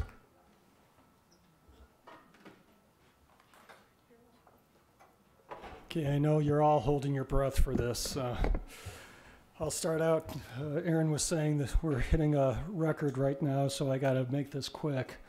The district bank balance decreased by $4.5 million in March to $86.6 million. The general fund revenues were below last March by 1.308 million. Real property, public utility, state foundation, and personal property property tax allocation account for the decrease. Boy, I am going really fast because I brought in personal property tax. Okay, your general fund expenditures. They were above last March by $2.5 million. The reason for this is it all relates to the strategic plan that Mr. Sable put out 2 years ago, 2017. Our whole staff and community put out. Yes. Yes, they did help. Thank you very much for that clarification. I'm sorry. Sales tax fund, balance is down $2.8 million. The district spent approximately $96,000 in March. The largest portion was we purchased a property for roughly $65,000. Your recreation center fund balance is down to $597,000. The district spent $86,000 in March, and we received $7.2 thousand from the city. $7.2 thousand. Now think about that when you're doing this. The district has received $178,000 in interest income for March. This total, you'll like this. This is $163,000 above the total collected for all of 2018. This is also 71.2% of the last 2 years' collections. The district has a true days cash estimated to be 291 days. This is down from February by 23 days and below last year by 18 days. Now, if you look at that last graph, we were talking in our finance committee, and how will we know that we're actually spending down the balance that we were looking at here in October's 5-year forecast? We pointed to the graph here, and what you're looking at with the green bars, those are the current year bars. The red bars are last year's bars. You could see that basically since August, we've been spending more than we've had more in true days last year than we did this year. And the assumption on our part is that those will be going down over the next 3 years. So a quick look at the last page of our financials will show you where we are with our spending and if we're actually spending more monies like we told the community, spending down our balance with the substitute levy. Questions? I know that was quick. I'm sorry. I didn't mean it to be so quick, but Mr. Sable said I had to be quick, so I thought I'd be quick. Just one quick question. On the pie chart for general or current general fund expenditures between the personnel services and the benefits down at OSBA, they talked about that trying to maintain something up to 80%. How is that moving forward for us? Is this anything I see we're a little over, that's all. This pie chart? Yep. Sorry. I broke the... So yes, the general consensus is that you want to keep it around 80%. I believe over the year we run anywhere between 78 and 82%.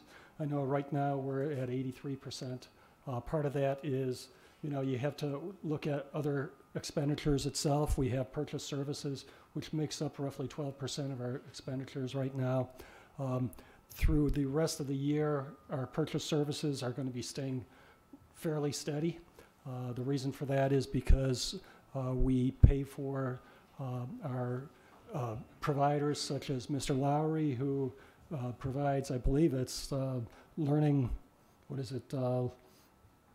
Language Learning and Associates. They provide special ed services for us, and they will be providing throughout the rest of the year. So I believe we'll be staying around the 83%, 82%. Yep.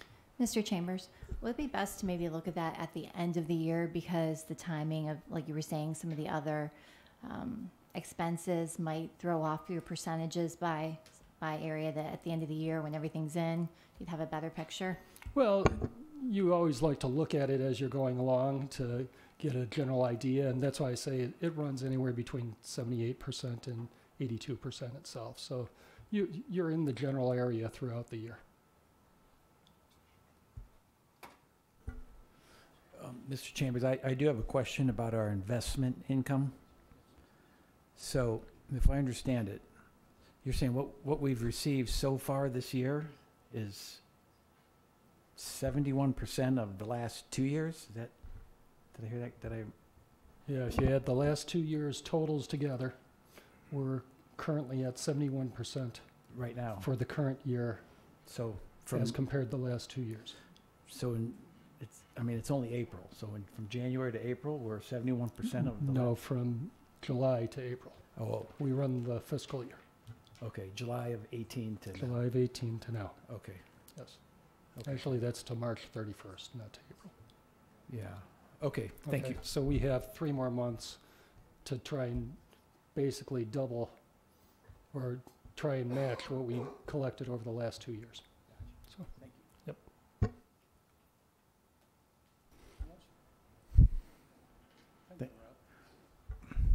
Thank you, Mr. Chambers. Any board communications? Just we met with facilities, as Mr. Burkhart mentioned a couple weeks ago, and then last week we met with policy with Dr. Kwalik and the administration, and Becky is also on that committee with us. This past weekend I had the opportunity to go to the band event, the band spaghetti dinner on Saturday night, and listen to some really good jazz music. And we have some of the most talented kids anywhere, and the kids did a great job performing, and the band directors did a great job directing, and parents stepped up to the plate and did all kinds of volunteering, and that event is just so well run. So Claudia and I had a great time attending that Saturday night. They did a great job putting the event on, so thank you. Just a comment on Amy's publication or report on things of noteworthy activities. Was a phenomenal read this last week. Accented some of the student musicians as well as many other things, and I just want to thank you for putting that out there and encourage anybody who just glosses over that and thinks, oh, that's just more reading. No, take the time and read it. It really gives you a lot of highlights of the students here at Medina High. It's been a really busy time in the district. I think we always say that, but it just seems like there's all kinds of athletic events going on, art shows, music programs. Ruth had their National Junior Honor Society induction ceremony where the students that had already been inducted presented, gave speeches, and actually presented the new inductees, which was really nice to see. Thank you, Mr. Farson and your staff. I just had lost my train of thought. But, and seeing the kids here come to our meetings, there's a lot going on. In terms of committees, besides the policy committee, the curriculum committee, Valerie and I have met. There is an echo, is it? Excuse me. Okay, sorry. And we've talked about textbook adoptions, which I believe is an action item this evening. The committee's been working on that with Mr. Maddie and Mrs. Cassidy and their committees. They've been working on professional development for our staff, which I believe is going to start this summer in June. And there's honeycombs, and there's a schedule of I don't know how many hundreds, 55 options that staff are going to be able to take starting in June, and related from anything from curriculum to technology to social and emotional development with students. And I know that's the committee works with staff to see what their needs are and what they want to see. So we're really excited to see that. Also, Focus 3 leadership training is going to be coming up here at the end of the year, and I encourage the board to check out the focus3.com website, as well as their Twitter. And Tim Kite, I just watched a video earlier today that was very brief but very motivational. So I'm really excited for that Focus 3 training to come to help with the leadership skills for our CDCs and other administrators. It's pretty exciting for the district. And the last thing I have is the foundation is having their Hall of Fame induction ceremony this Saturday, the day before Easter. So hopefully we'll see a lot of you there then. Thank you. I just wanted to share, just thank all the staff, because I did hear that the program Saturday night, all that jazz, was wonderful. So, you know, and I want to thank the staff who are working behind the scenes to help the students put on all these events, like the music programs and the art shows and the plays and all of our athletic events. So thank you. And I wish Mr. Petruzzi didn't leave, because I had a comment for him, but I'll catch him. But a wonderful man, Coach Petruzzi and his swim program. The Rec Center Committee will meet Thursday morning, 7:30, this Thursday. And the last thing I had was, and sometimes they fly under the radar, but our debate team has just done some wonderful things. Mr. Quaid and his kids, and I know they qualified, I think, for the first time, and I don't have the names of the kids, but some kids that qualified for the national competition, and that's amazing. It's truly amazing, and sometimes I don't think they get the credit that they deserve, but those are some wonderful kids, and I just wanted to shout out to the hard work that they're putting in and what they're accomplishing. So, thank you. Okay, moving on. Action items from the treasurer. Yes, if it pleases the board, it's recommended that Board of Education approve the March 2019 Treasurer's Report. Item number 2, supplemental to permanent appropriations. It's recommended the Board of Education approve the following supplemental to the 18-19 permanent appropriations. You'll see minor changes and mostly for clubs itself, clubs and student activities. Can I get a motion to approve the treasurer's action items? I'll make a motion to approve the action items of the treasurer. I'll second that. Board discussion? Any discussion from the community? Would like to talk about the treasurer's action items? Seeing none, Mr. Chambers. Ms. Pavlik? Aye. Mr. Skidmore? Aye. Mr. Eastwood? Aye. Ms. Parkhurst? Aye. And Mr. Ross? Aye. Thank you. First item tonight is donations. I would like to highlight the $8,000 donation going to our business office from the Medina Athletic Boosters for the purpose of the Claggett gym floor. Number 2 is membership to the Ohio School Athletic Association for the 1920 school year.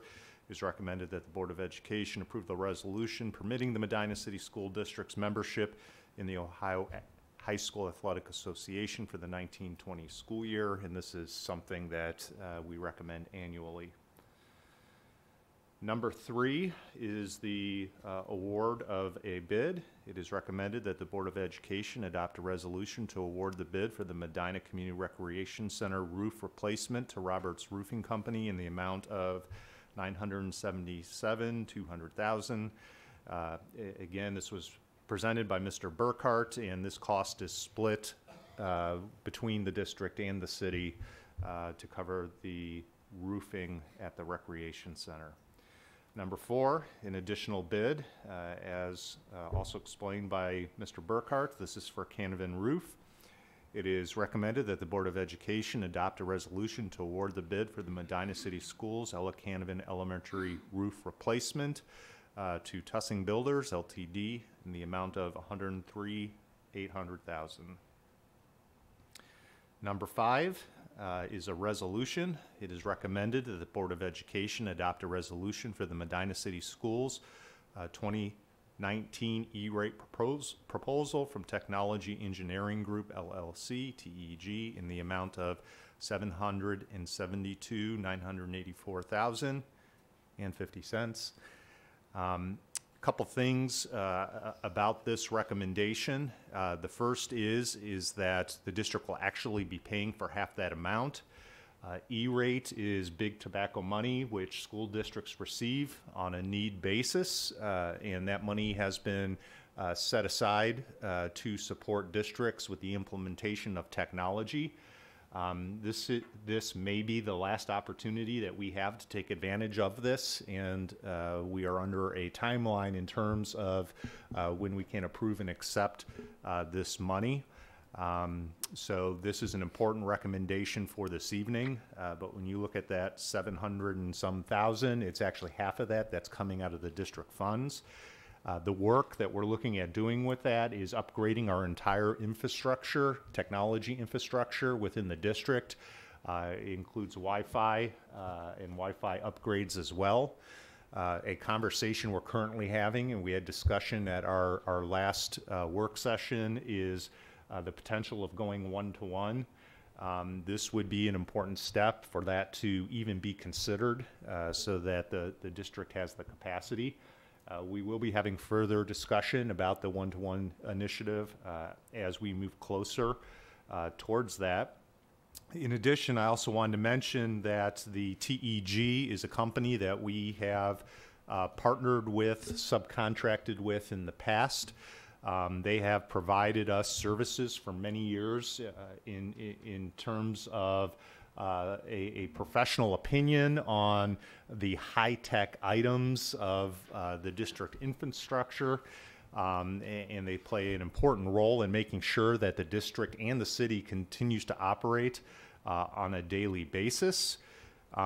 This bid was given out to several different companies, and the bid that was presented to us on TEG was the most complete bid for the price. And what I mean by that is it included multiple aspects in terms of getting us out there and running at a reasonable cost without having a bunch of additional costs that we would have to encounter as we move forward.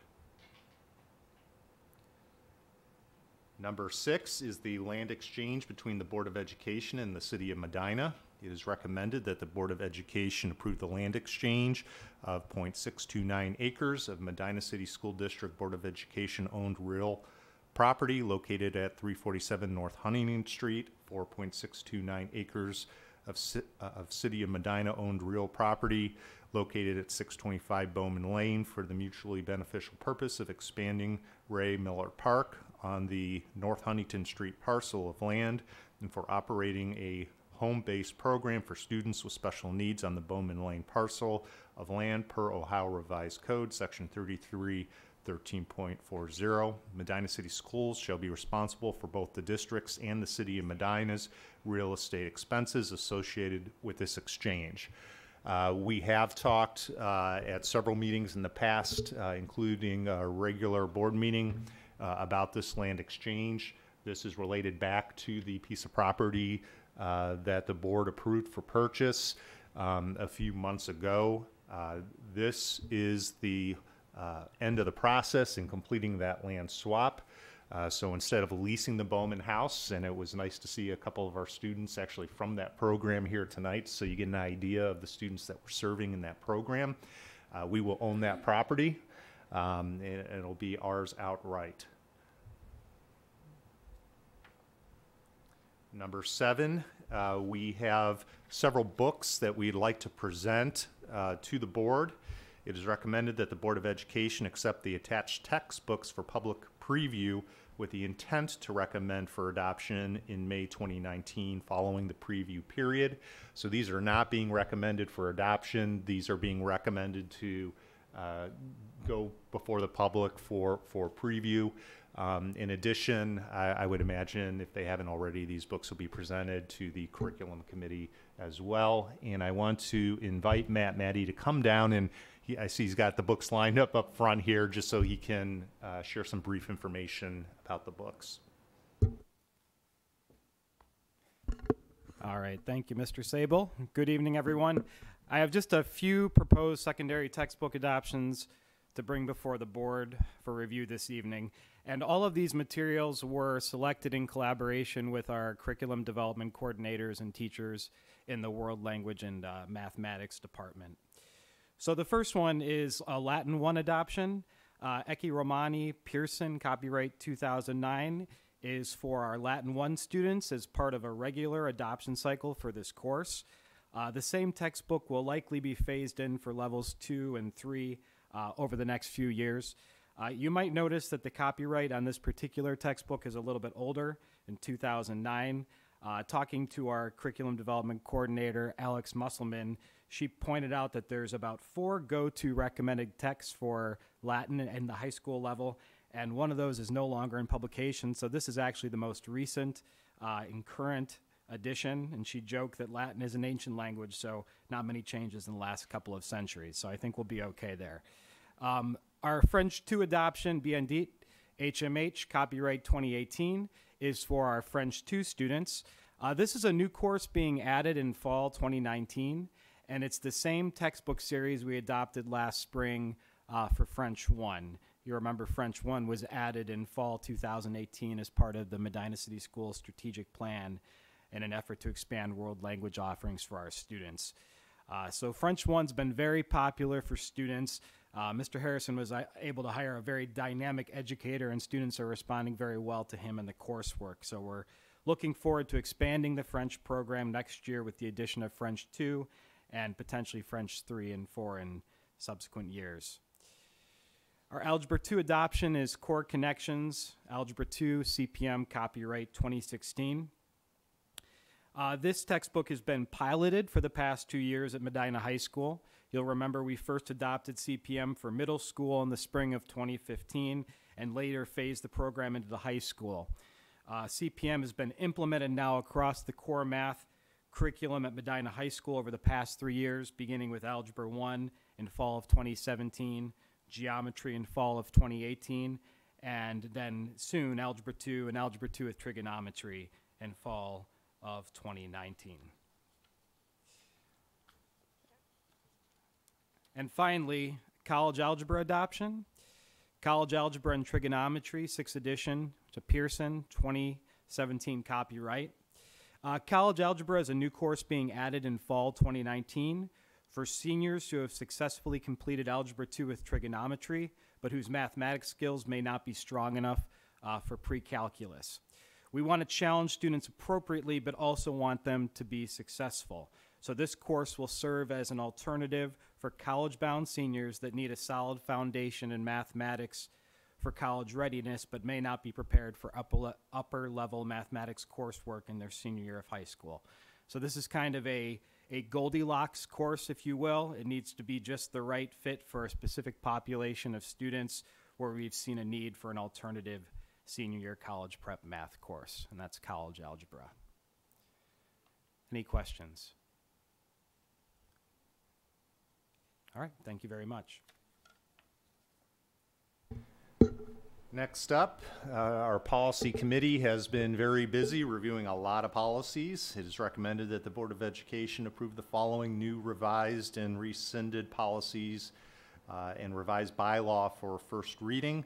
The policies and bylaw will not be presented to the board for final approval and potential adoption until the regular May Board of Education meeting. So again, these are not for adoption. These are for preview. These policies, as updated, will be available to the public by the end of this evening's board meeting right here in board docs. I do want to point out, before I invite Dr. Kwolek up here, that this does include an update to our graduation requirements that we've been discussing throughout the course of this year. And at this time, Dr. Kwolek has the tedious but very important job of overseeing our policies and leading our policy committee. And she's going to run through some of these to share with you what they are.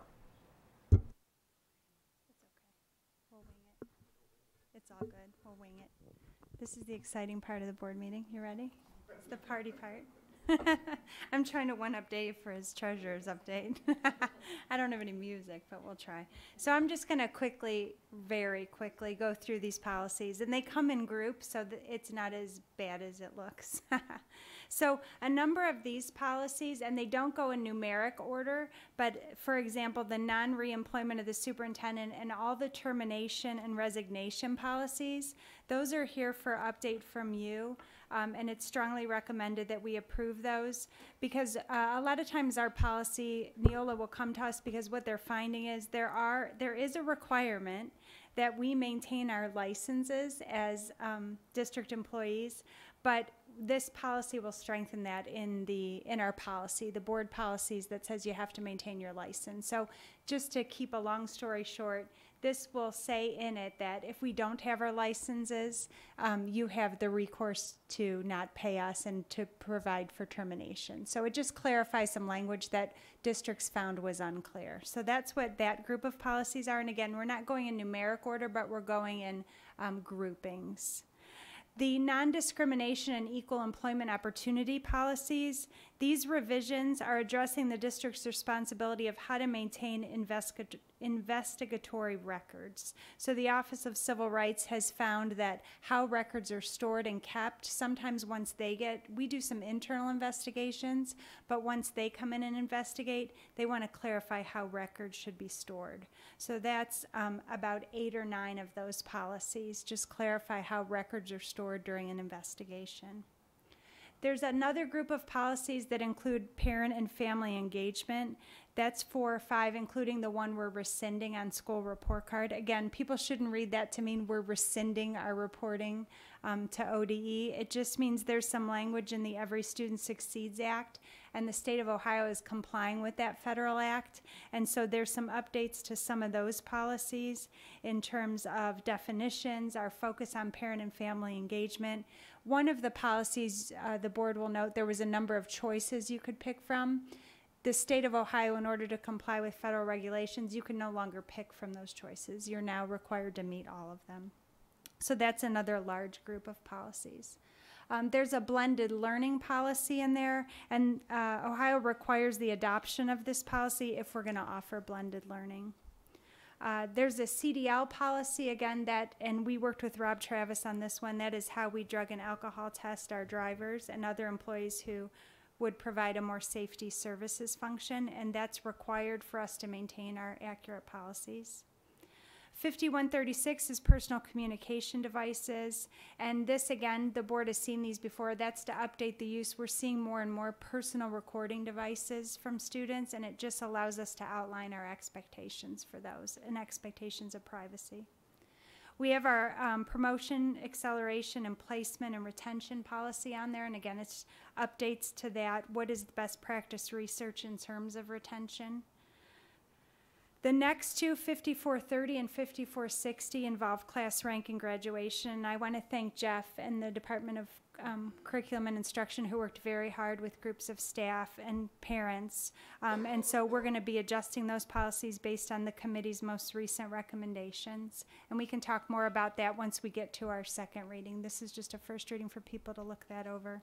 And again, as Mr. Sable said, if the board does move this into or approve this first reading, these will all be in the public section of board docs after this meeting.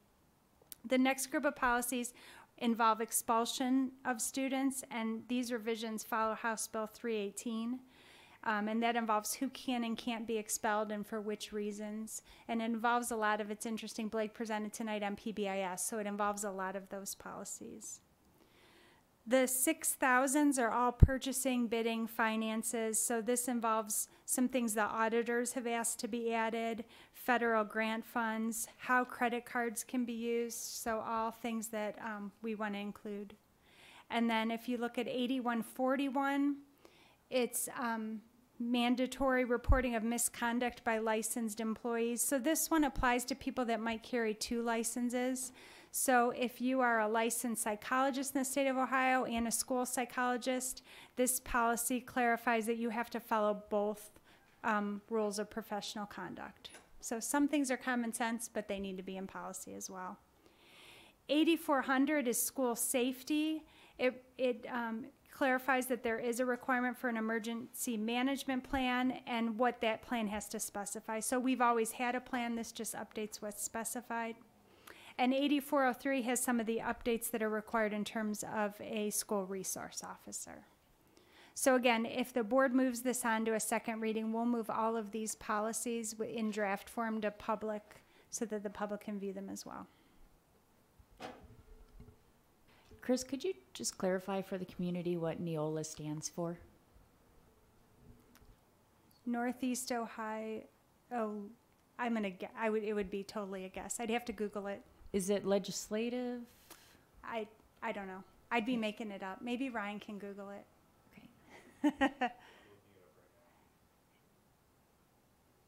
Just since they're the I'd ones be who- making up the L. They're attorneys that write policy. Right. So Yeah. when we're getting this information from them, it's coming down from the experts. Yeah, to yeah. They match the hire legis- attorneys to write policy. Okay.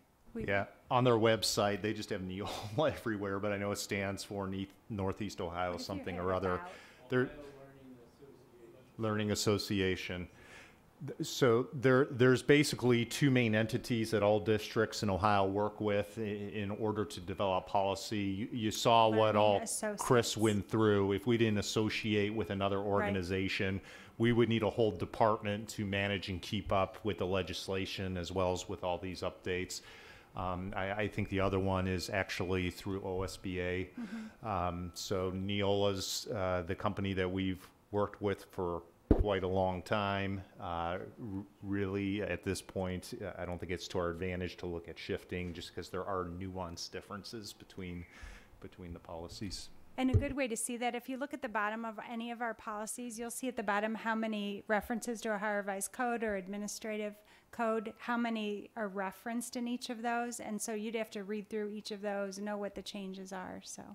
And that's what I just wanted to make sure that the community understood that oftentimes the decisions that administration has to make is based on law, Ohio Revised Code, and that's actually just what I wanted to clarify. Well, and just to additionally clarify, it's the policy committee, so it's board members working in conjunction with the administration, which then brings it to the board to make those. But yes, a lot of them were required by either state law or federal law. Whenever there's been a policy that we've kind of homegrown, I guess, like our drug testing policy, it goes through public vetting. I mean, it goes through a much more strenuous and transparent process to get to that.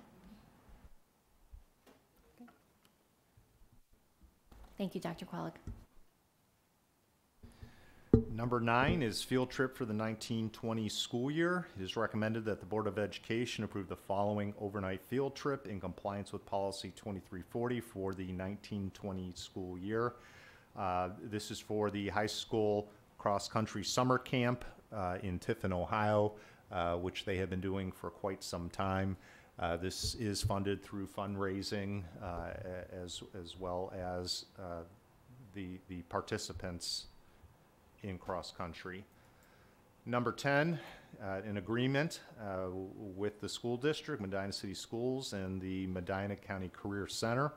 It is recommended that the Board of Education approve the Medina County Career Center Satellite Program Standards and Maintenance Agreement between the Medina County Career Center and the Medina City School District for the Career Center to provide educational services, specifically design and modeling, and automation and robotics, as well as biotech for students at Claggett Middle School, AI Root Middle School, and Medina High School for the 1920 school year. The two middle school programs were implemented for the first time last year. The biotech program is a new program for the high school this coming school year. This partnership allows us to collaborate with the Career Center for resources for those classes, as well as covering the costs of instruction, the teachers, and it expands the opportunities for students in both those buildings, or in all three of those buildings. Number 11 is service agreements. It is recommended that the Board of Education approve the following service agreements for the 18-19 school year. The first one is the Focus 3. This is the training that was brought up towards the beginning of our board meeting, leadership training for our curriculum development coordinators. So that's for teachers as well as for principals and central office administrators. And there's going to be 2 trainings that we'll be running on that day. Because of the amount of people, we needed to split it up with the lower grade levels and the upper grade levels. The second one is Stephen Harris. He has been working with our choir programs for many years, and he works on the choreography as well as fitting that choreography to the songs and the music selection for those programs. Number 12 is a service agreement. It is recommended that the Board of Education approve the following service agreement for the remainder of the 18-19 school year. And this we are mandated to do. It's for court placement at the reserve school. And number 13, it is recommended that the Board of Education approve the Medina High School's new outdoor club for the 18-19 school year.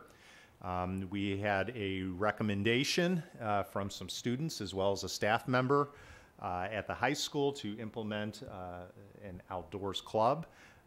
This process, we do have a unique and important process at our high school where our students are directly involved in helping to select the clubs that are going to show up at our high school. So this was approved by student council. I know the attached sheet is not signed, but I know it is also approved by Mr. Harrison, building principal, as well as myself. We had some last-minute updates to the club description before we presented it to the board, so that's a little bit off the press and why there are not signatures on it. And then number 14, and everybody want me to go through every one of these? Okay, at number 14, our personnel section is much larger than usual. The reason for that is because our contracts for extracurriculars are on a one-year basis.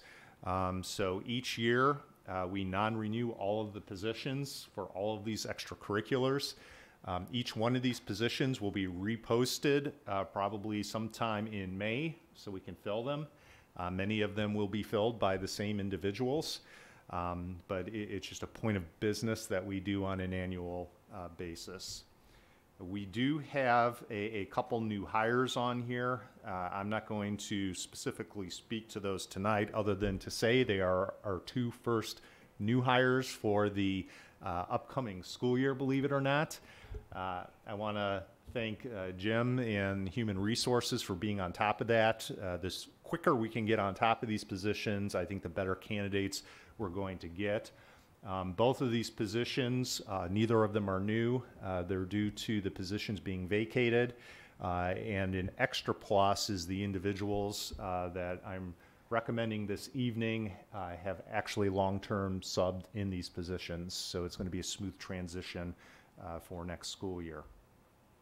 We also have a couple retirements that I'd like to share with you. Sally Rudolph is retiring with 30 years of service to Medina City Schools. Sally was hired in 1989 as a paraprofessional at Fenn, followed by paraprofessional jobs at Garfield Claggett, the high school, and the Bowman House. Since 2006, Sally has been a receptionist and secretary at Medina High School.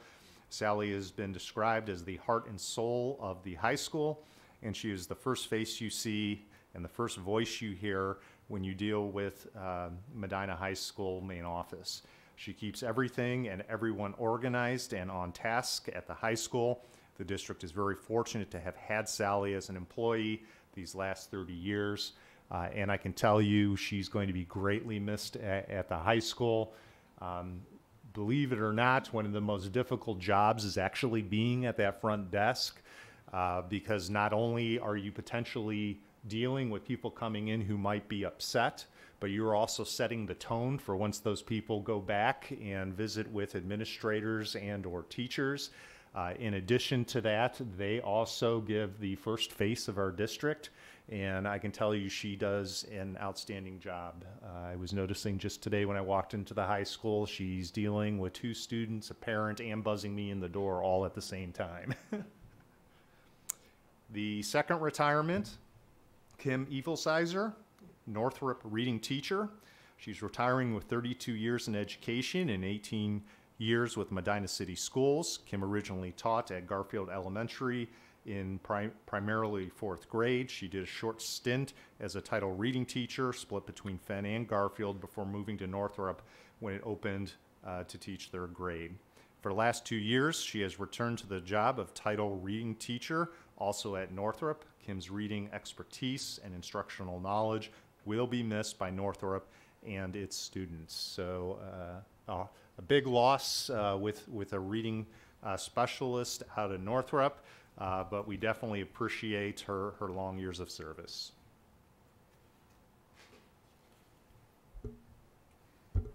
Thank you, Mr. Sable. Can I get a motion to approve the superintendent's action items? I make a motion to approve the superintendent's action items. I'll second. Any board discussion? Mr. Ross, I just wanted to mention number 6, or I'm sorry, change to number 5, the E-rate. I have a whole big file folder. Ryan and I have had a lot of discussions on that, and I do believe that he has made a very, he did his homework, lots of research into that, and also too with the company that he is proposing, he's already worked with, and we already have that equipment in one of our buildings. And as Ryan said last week at the work session, it's run flawlessly. Part of that, just like the E-rate, just like the OFCC, the E-rate only reimburses for buildings that houses students. So he's going to be looking at some creative ways to also incorporate the transportation and maintenance buildings into that. So like I said, I just wanted to give kudos, a shout out to Ryan, because he definitely did his homework on this. If I could add to that too, thank you, Ryan, for all your work on the E-rate.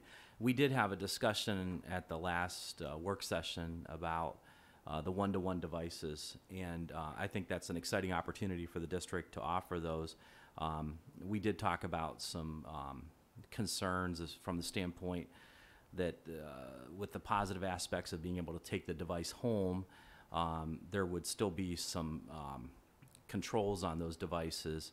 And so I know that this technology allows for the monitoring of that, and to have so that websites that maybe kids shouldn't go to and so forth like that. My concern also was things like privacy from the standpoint not turning a camera on with the device, or tracking a location of children with those devices, or things like, or keeping records for years about certain things like that. So it's my understanding we're going to have further discussion about that at a later date to ensure kind of a good balance of safety, but also of not being too overly bearing as far as intrusion with it. So I'm in favor of the E-rate, but I know that we're going to have another discussion later. Thank you. Anybody else? Any comments from the community on the superintendent's action items? Seeing none, Mr. Chambers.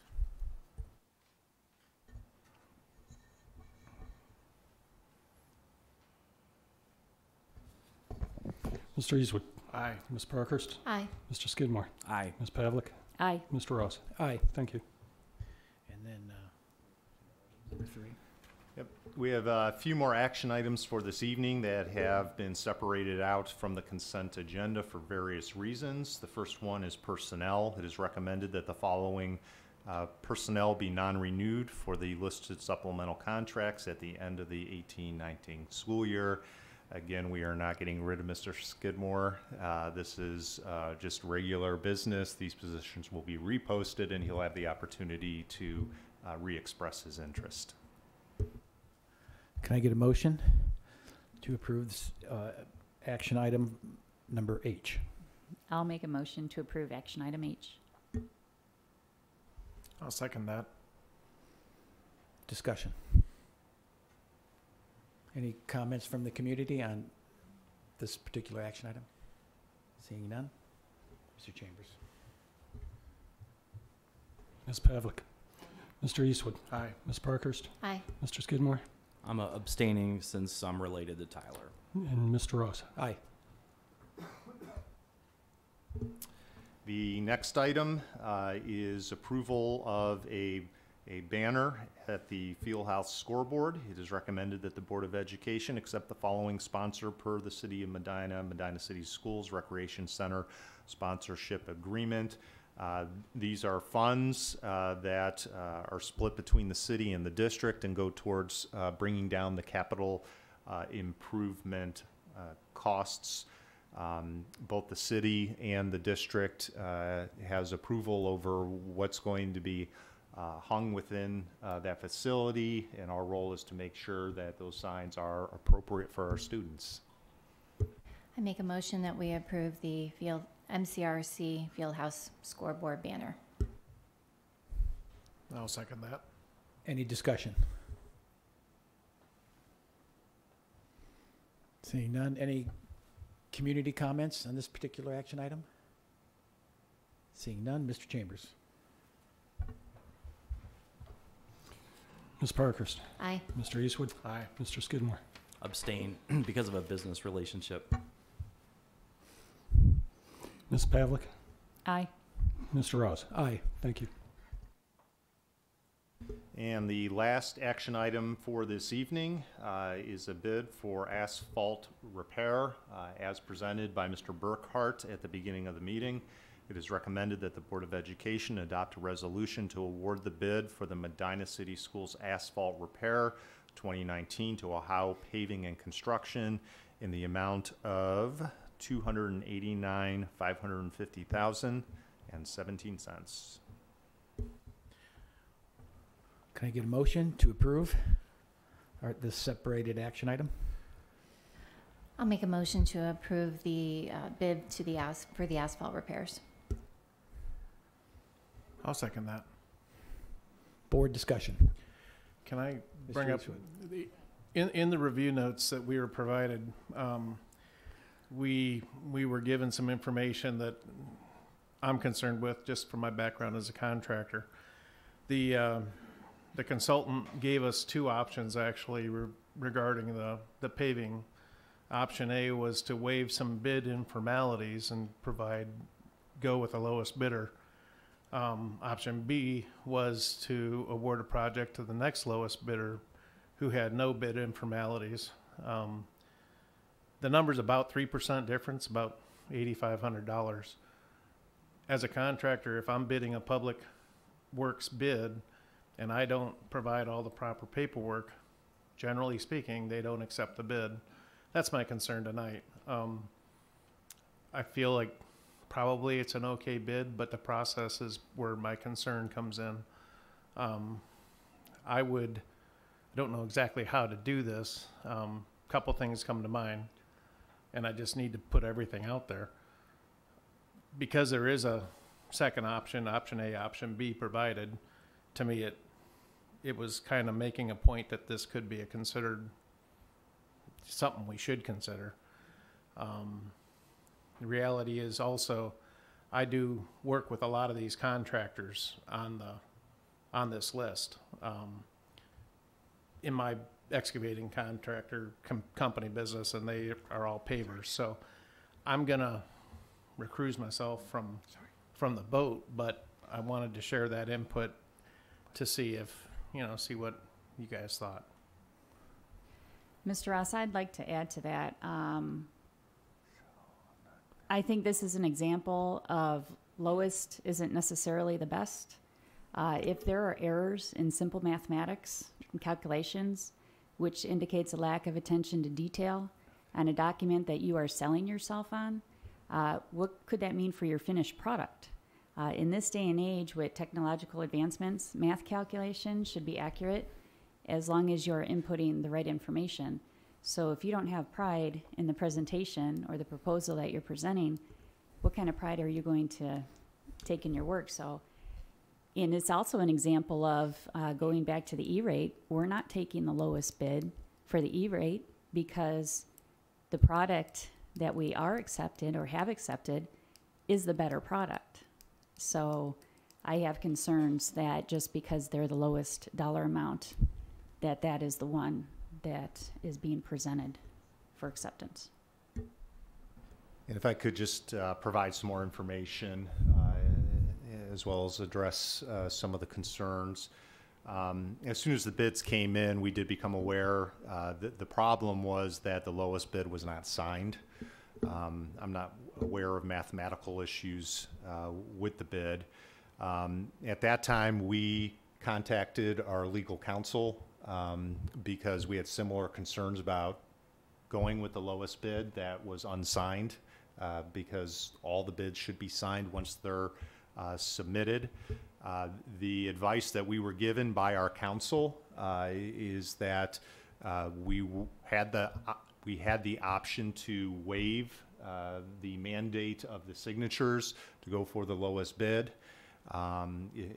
If we chose to go in that direction, of course, ultimately it's the board's decision. What I'm looking at here is the difference in cost of about $8,500.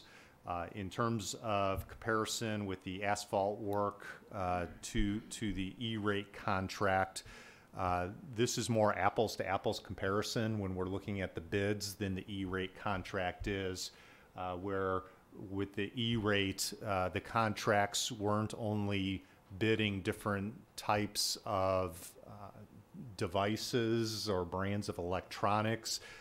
They were also bidding different service agreements for implementing those devices, as well as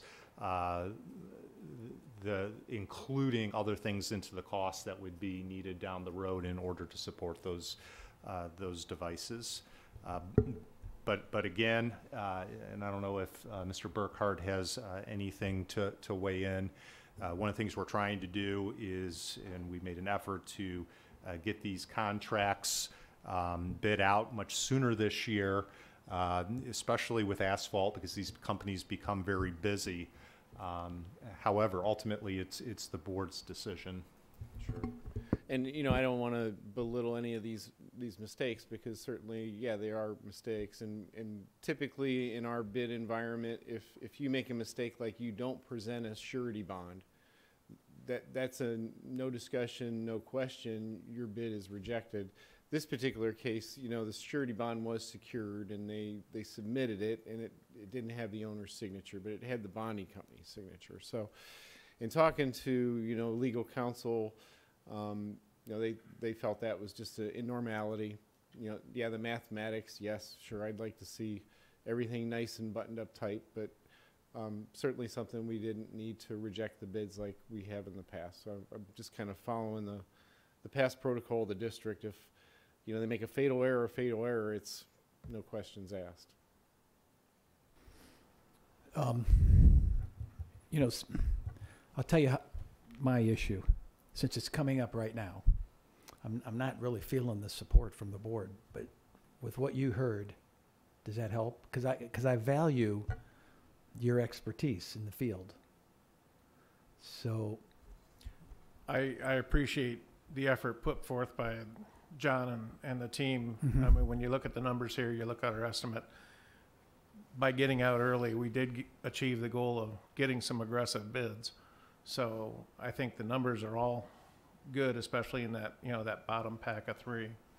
You know, my experience is my experience, and that's what I was sharing regarding a package. I thought, A, I'd share that, and B, the OHM advisors apparently thought enough to at least make it an option A and an option B in writing for us to consider. So I don't think that they were trying to mandate anything. I think they wanted to put it out there for us to consider, and I do appreciate trying to get the most for our money, but I'm concerned, what if this number would have been way below the pack? Would they have been able to have said, well, I'm not tied to it? That's just me as a contractor. So it's just I wanted to share that and let you know where I was coming from. Well, what are everybody's thoughts on, is this something that we could put off until the work session, or is this, and discuss it at the next work session, or no? I don't mean to interrupt you. I apologize. Yeah. I think with the option A or option B, we have the option to go with one or the other. Both are within the realm of economics. The timing factor is why you don't want to put it off. If you put it off and you lose a schedule. You lose a schedule, and we got into that with other projects last year, and it was not good. So I think something ought to be decided tonight. Something ought to be approved. I just wanted to share my input. Just to clarify, I'm sorry. It does say that references were performed and all of that, the surety documents. So just to clarify, when they say option A, waive the bid informalities, does that just mean it wasn't signed? Yeah, or is the mathematical, or is it more than that? 2 mathematical errors and the surety bond not being signed by the owner of Ohio Paving. I did want to jump in, and I misspoke. Upon closer look, there are definitely a couple mathematical errors here. So have we used this company before, John, through the No, years? we haven't, but they are, I can't say anything bad about any of the, well, at least number 1 and number 2 bidders. They're both very solid, commercial, experienced paving contractors. And we as a board, we're not there when you guys review the bids, and this is done. You actually used a contractor to review the bids. OHM. Yeah, went through and Mr. opened Chambers them will all. actually open them, and Right. then the bids are given to OHM, and then they do the background check, and we do a little bit too, as far as calling around and, hey, have you had any experience with this contract? So they signed their bid, but the bond guarantee that was attached with it was signed by the bonding company, but not by the bidder at that point. Exactly. So and there were a couple of how much did the mathematical errors add up to? Well, they didn't change the bottom line of the bid. They were kind of in the details of the bid, because there are tons of different line items in the bid as far as square yardage, cubic yardage of different aspects of the project. And when we hire people, sometimes we have overages. Sometimes there's things that hopefully that won't happen with this bidder. There's unit pricing in there, and yes, their unit pricing is also right there as far as lowest, best, or lowest, most competitive bid. And once we award tonight, how quickly will this project begin? Will it start in May or June? Yeah, it would be late May, early June. Okay.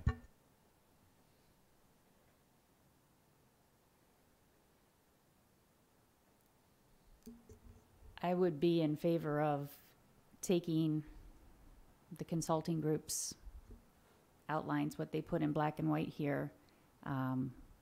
Option B, awarding the project to the next lowest bidder.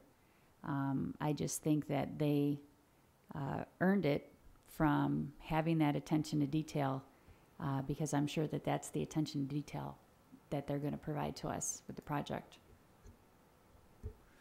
But are we picking one of these options tonight? Is that what? No. Please. We've Yes. got option A and option B. And we have a motion on the table right now, which is option A. So Okay. if that's what we'll be voting on, I think, and then if we would reject that for some reason, then the administration would have to go back and review the bids. But I don't, I Well, don't think that's what we'll couldn't the board put out another motion for option B if option A was rejected? Yeah, a board member would need to make a recommendation to change the motion to be the option B. But we probably need to vote on what the motion that is currently out there. Which is A. Right? Option A. Or do we need to have both? Why don't we go ahead and put a motion out for the second option embedded in the first motion here, and then close both motions.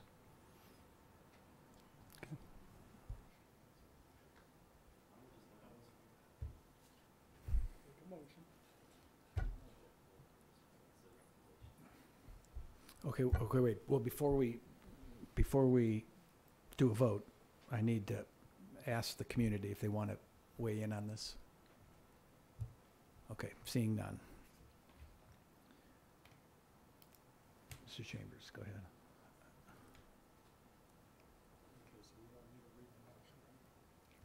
Yeah. Okay, the current motion on the table.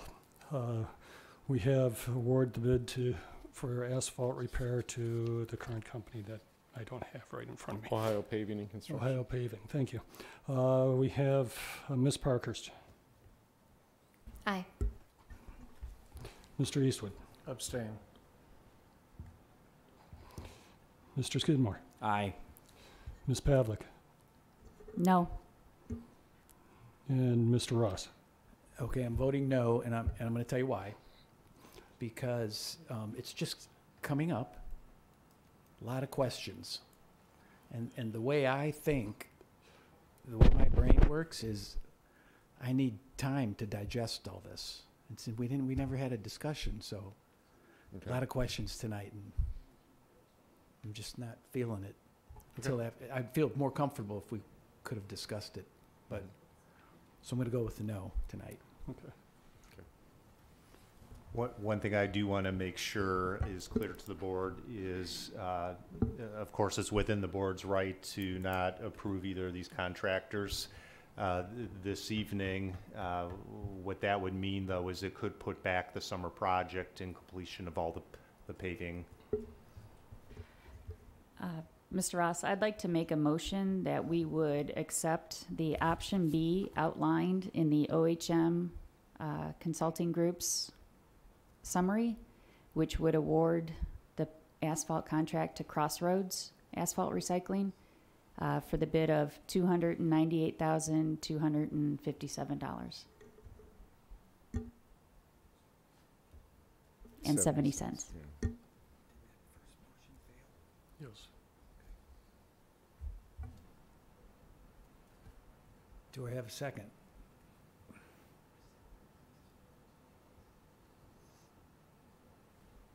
All right, I'll second it, just to move it along. Any board discussion on this motion for option B? Just that we talked about vetting, and I don't know any of these contractors because I'm not in the business like Mr. Eastwood is. So are you comfortable with option number 2 as far as their references and so forth, as we kind of had that discussion with option 1? Yes. Earlier? Actually, Crossroads, we've had actual experience with them. I think it's been 2 seasons ago. They did a lot of the paving. They did a very nice job and very easy to work with, very quality contractor. So are you comfortable if we agree to option B tonight, which is awarding to Crossroads, or would you prefer I am. to go back? I think it's critical that we keep moving this project forward so we don't end up with delays and I'm comfortable with either one. It really came down to a matter of dollars and cents with me. Thank you. Yeah. Anybody else? I do want to point out that this will cost additional money. I understand some of the concerns of the board members, but I was confident based on what that bid informality was and the references that were performed, and I take the judgment of our OHM consultants as well as Mr. Burkhart, that I think option A would have been a fine option. I just wanted to point out that it will cost us more money. Ms. Parkhurst, I think the cost is nominal compared to the contract, and I think it's the right way to go. And I agree with Becky's comments. Okay. What's the amount higher? $8,707.53. Okay.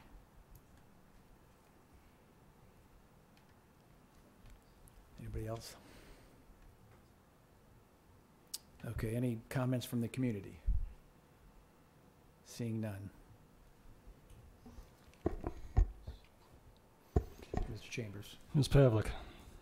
Aye. Mr. Ross.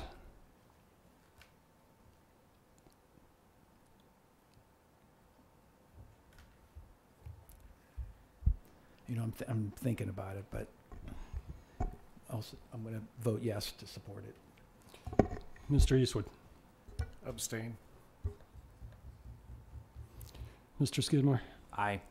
And Ms. Parkhurst. Aye. Thank you very much.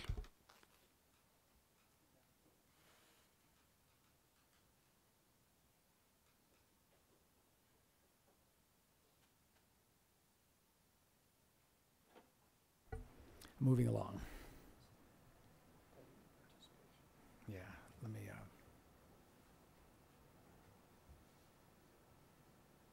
my things.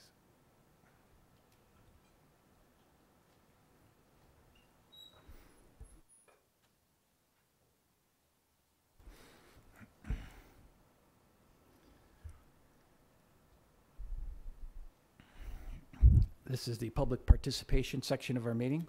Community members wishing to address the board are asked to abide by the following guidelines. Please state your name, your address, and your affiliation. Please keep your comments to a maximum of 3 minutes. All comments are to be directed to the Board of Education and not any one individual. And comments shall focus on areas that have not been previously brought forward to the board by the individual or associated group. Comments will occur before each vote of action items. Any community member wishing to address the board? Seeing none, I want to make a motion that we move into executive session for considering the appointment and the employment of a public employer or official, to discuss with the board's legal counsel disputes involving the board that are the subject of pending or imminent court action, and for preparation, conducting, and reviewing negotiations or bargaining sessions with employees. I'll second that. Mr. Chambers. Mr. Ross? Aye. Mr. Eastwood? Aye. Ms. Parkhurst? Aye. Mr. Skidmore? Aye. Ms. Pavlik? Aye. Thank you. We will not take action upon return. Thank you. Thank you for attending.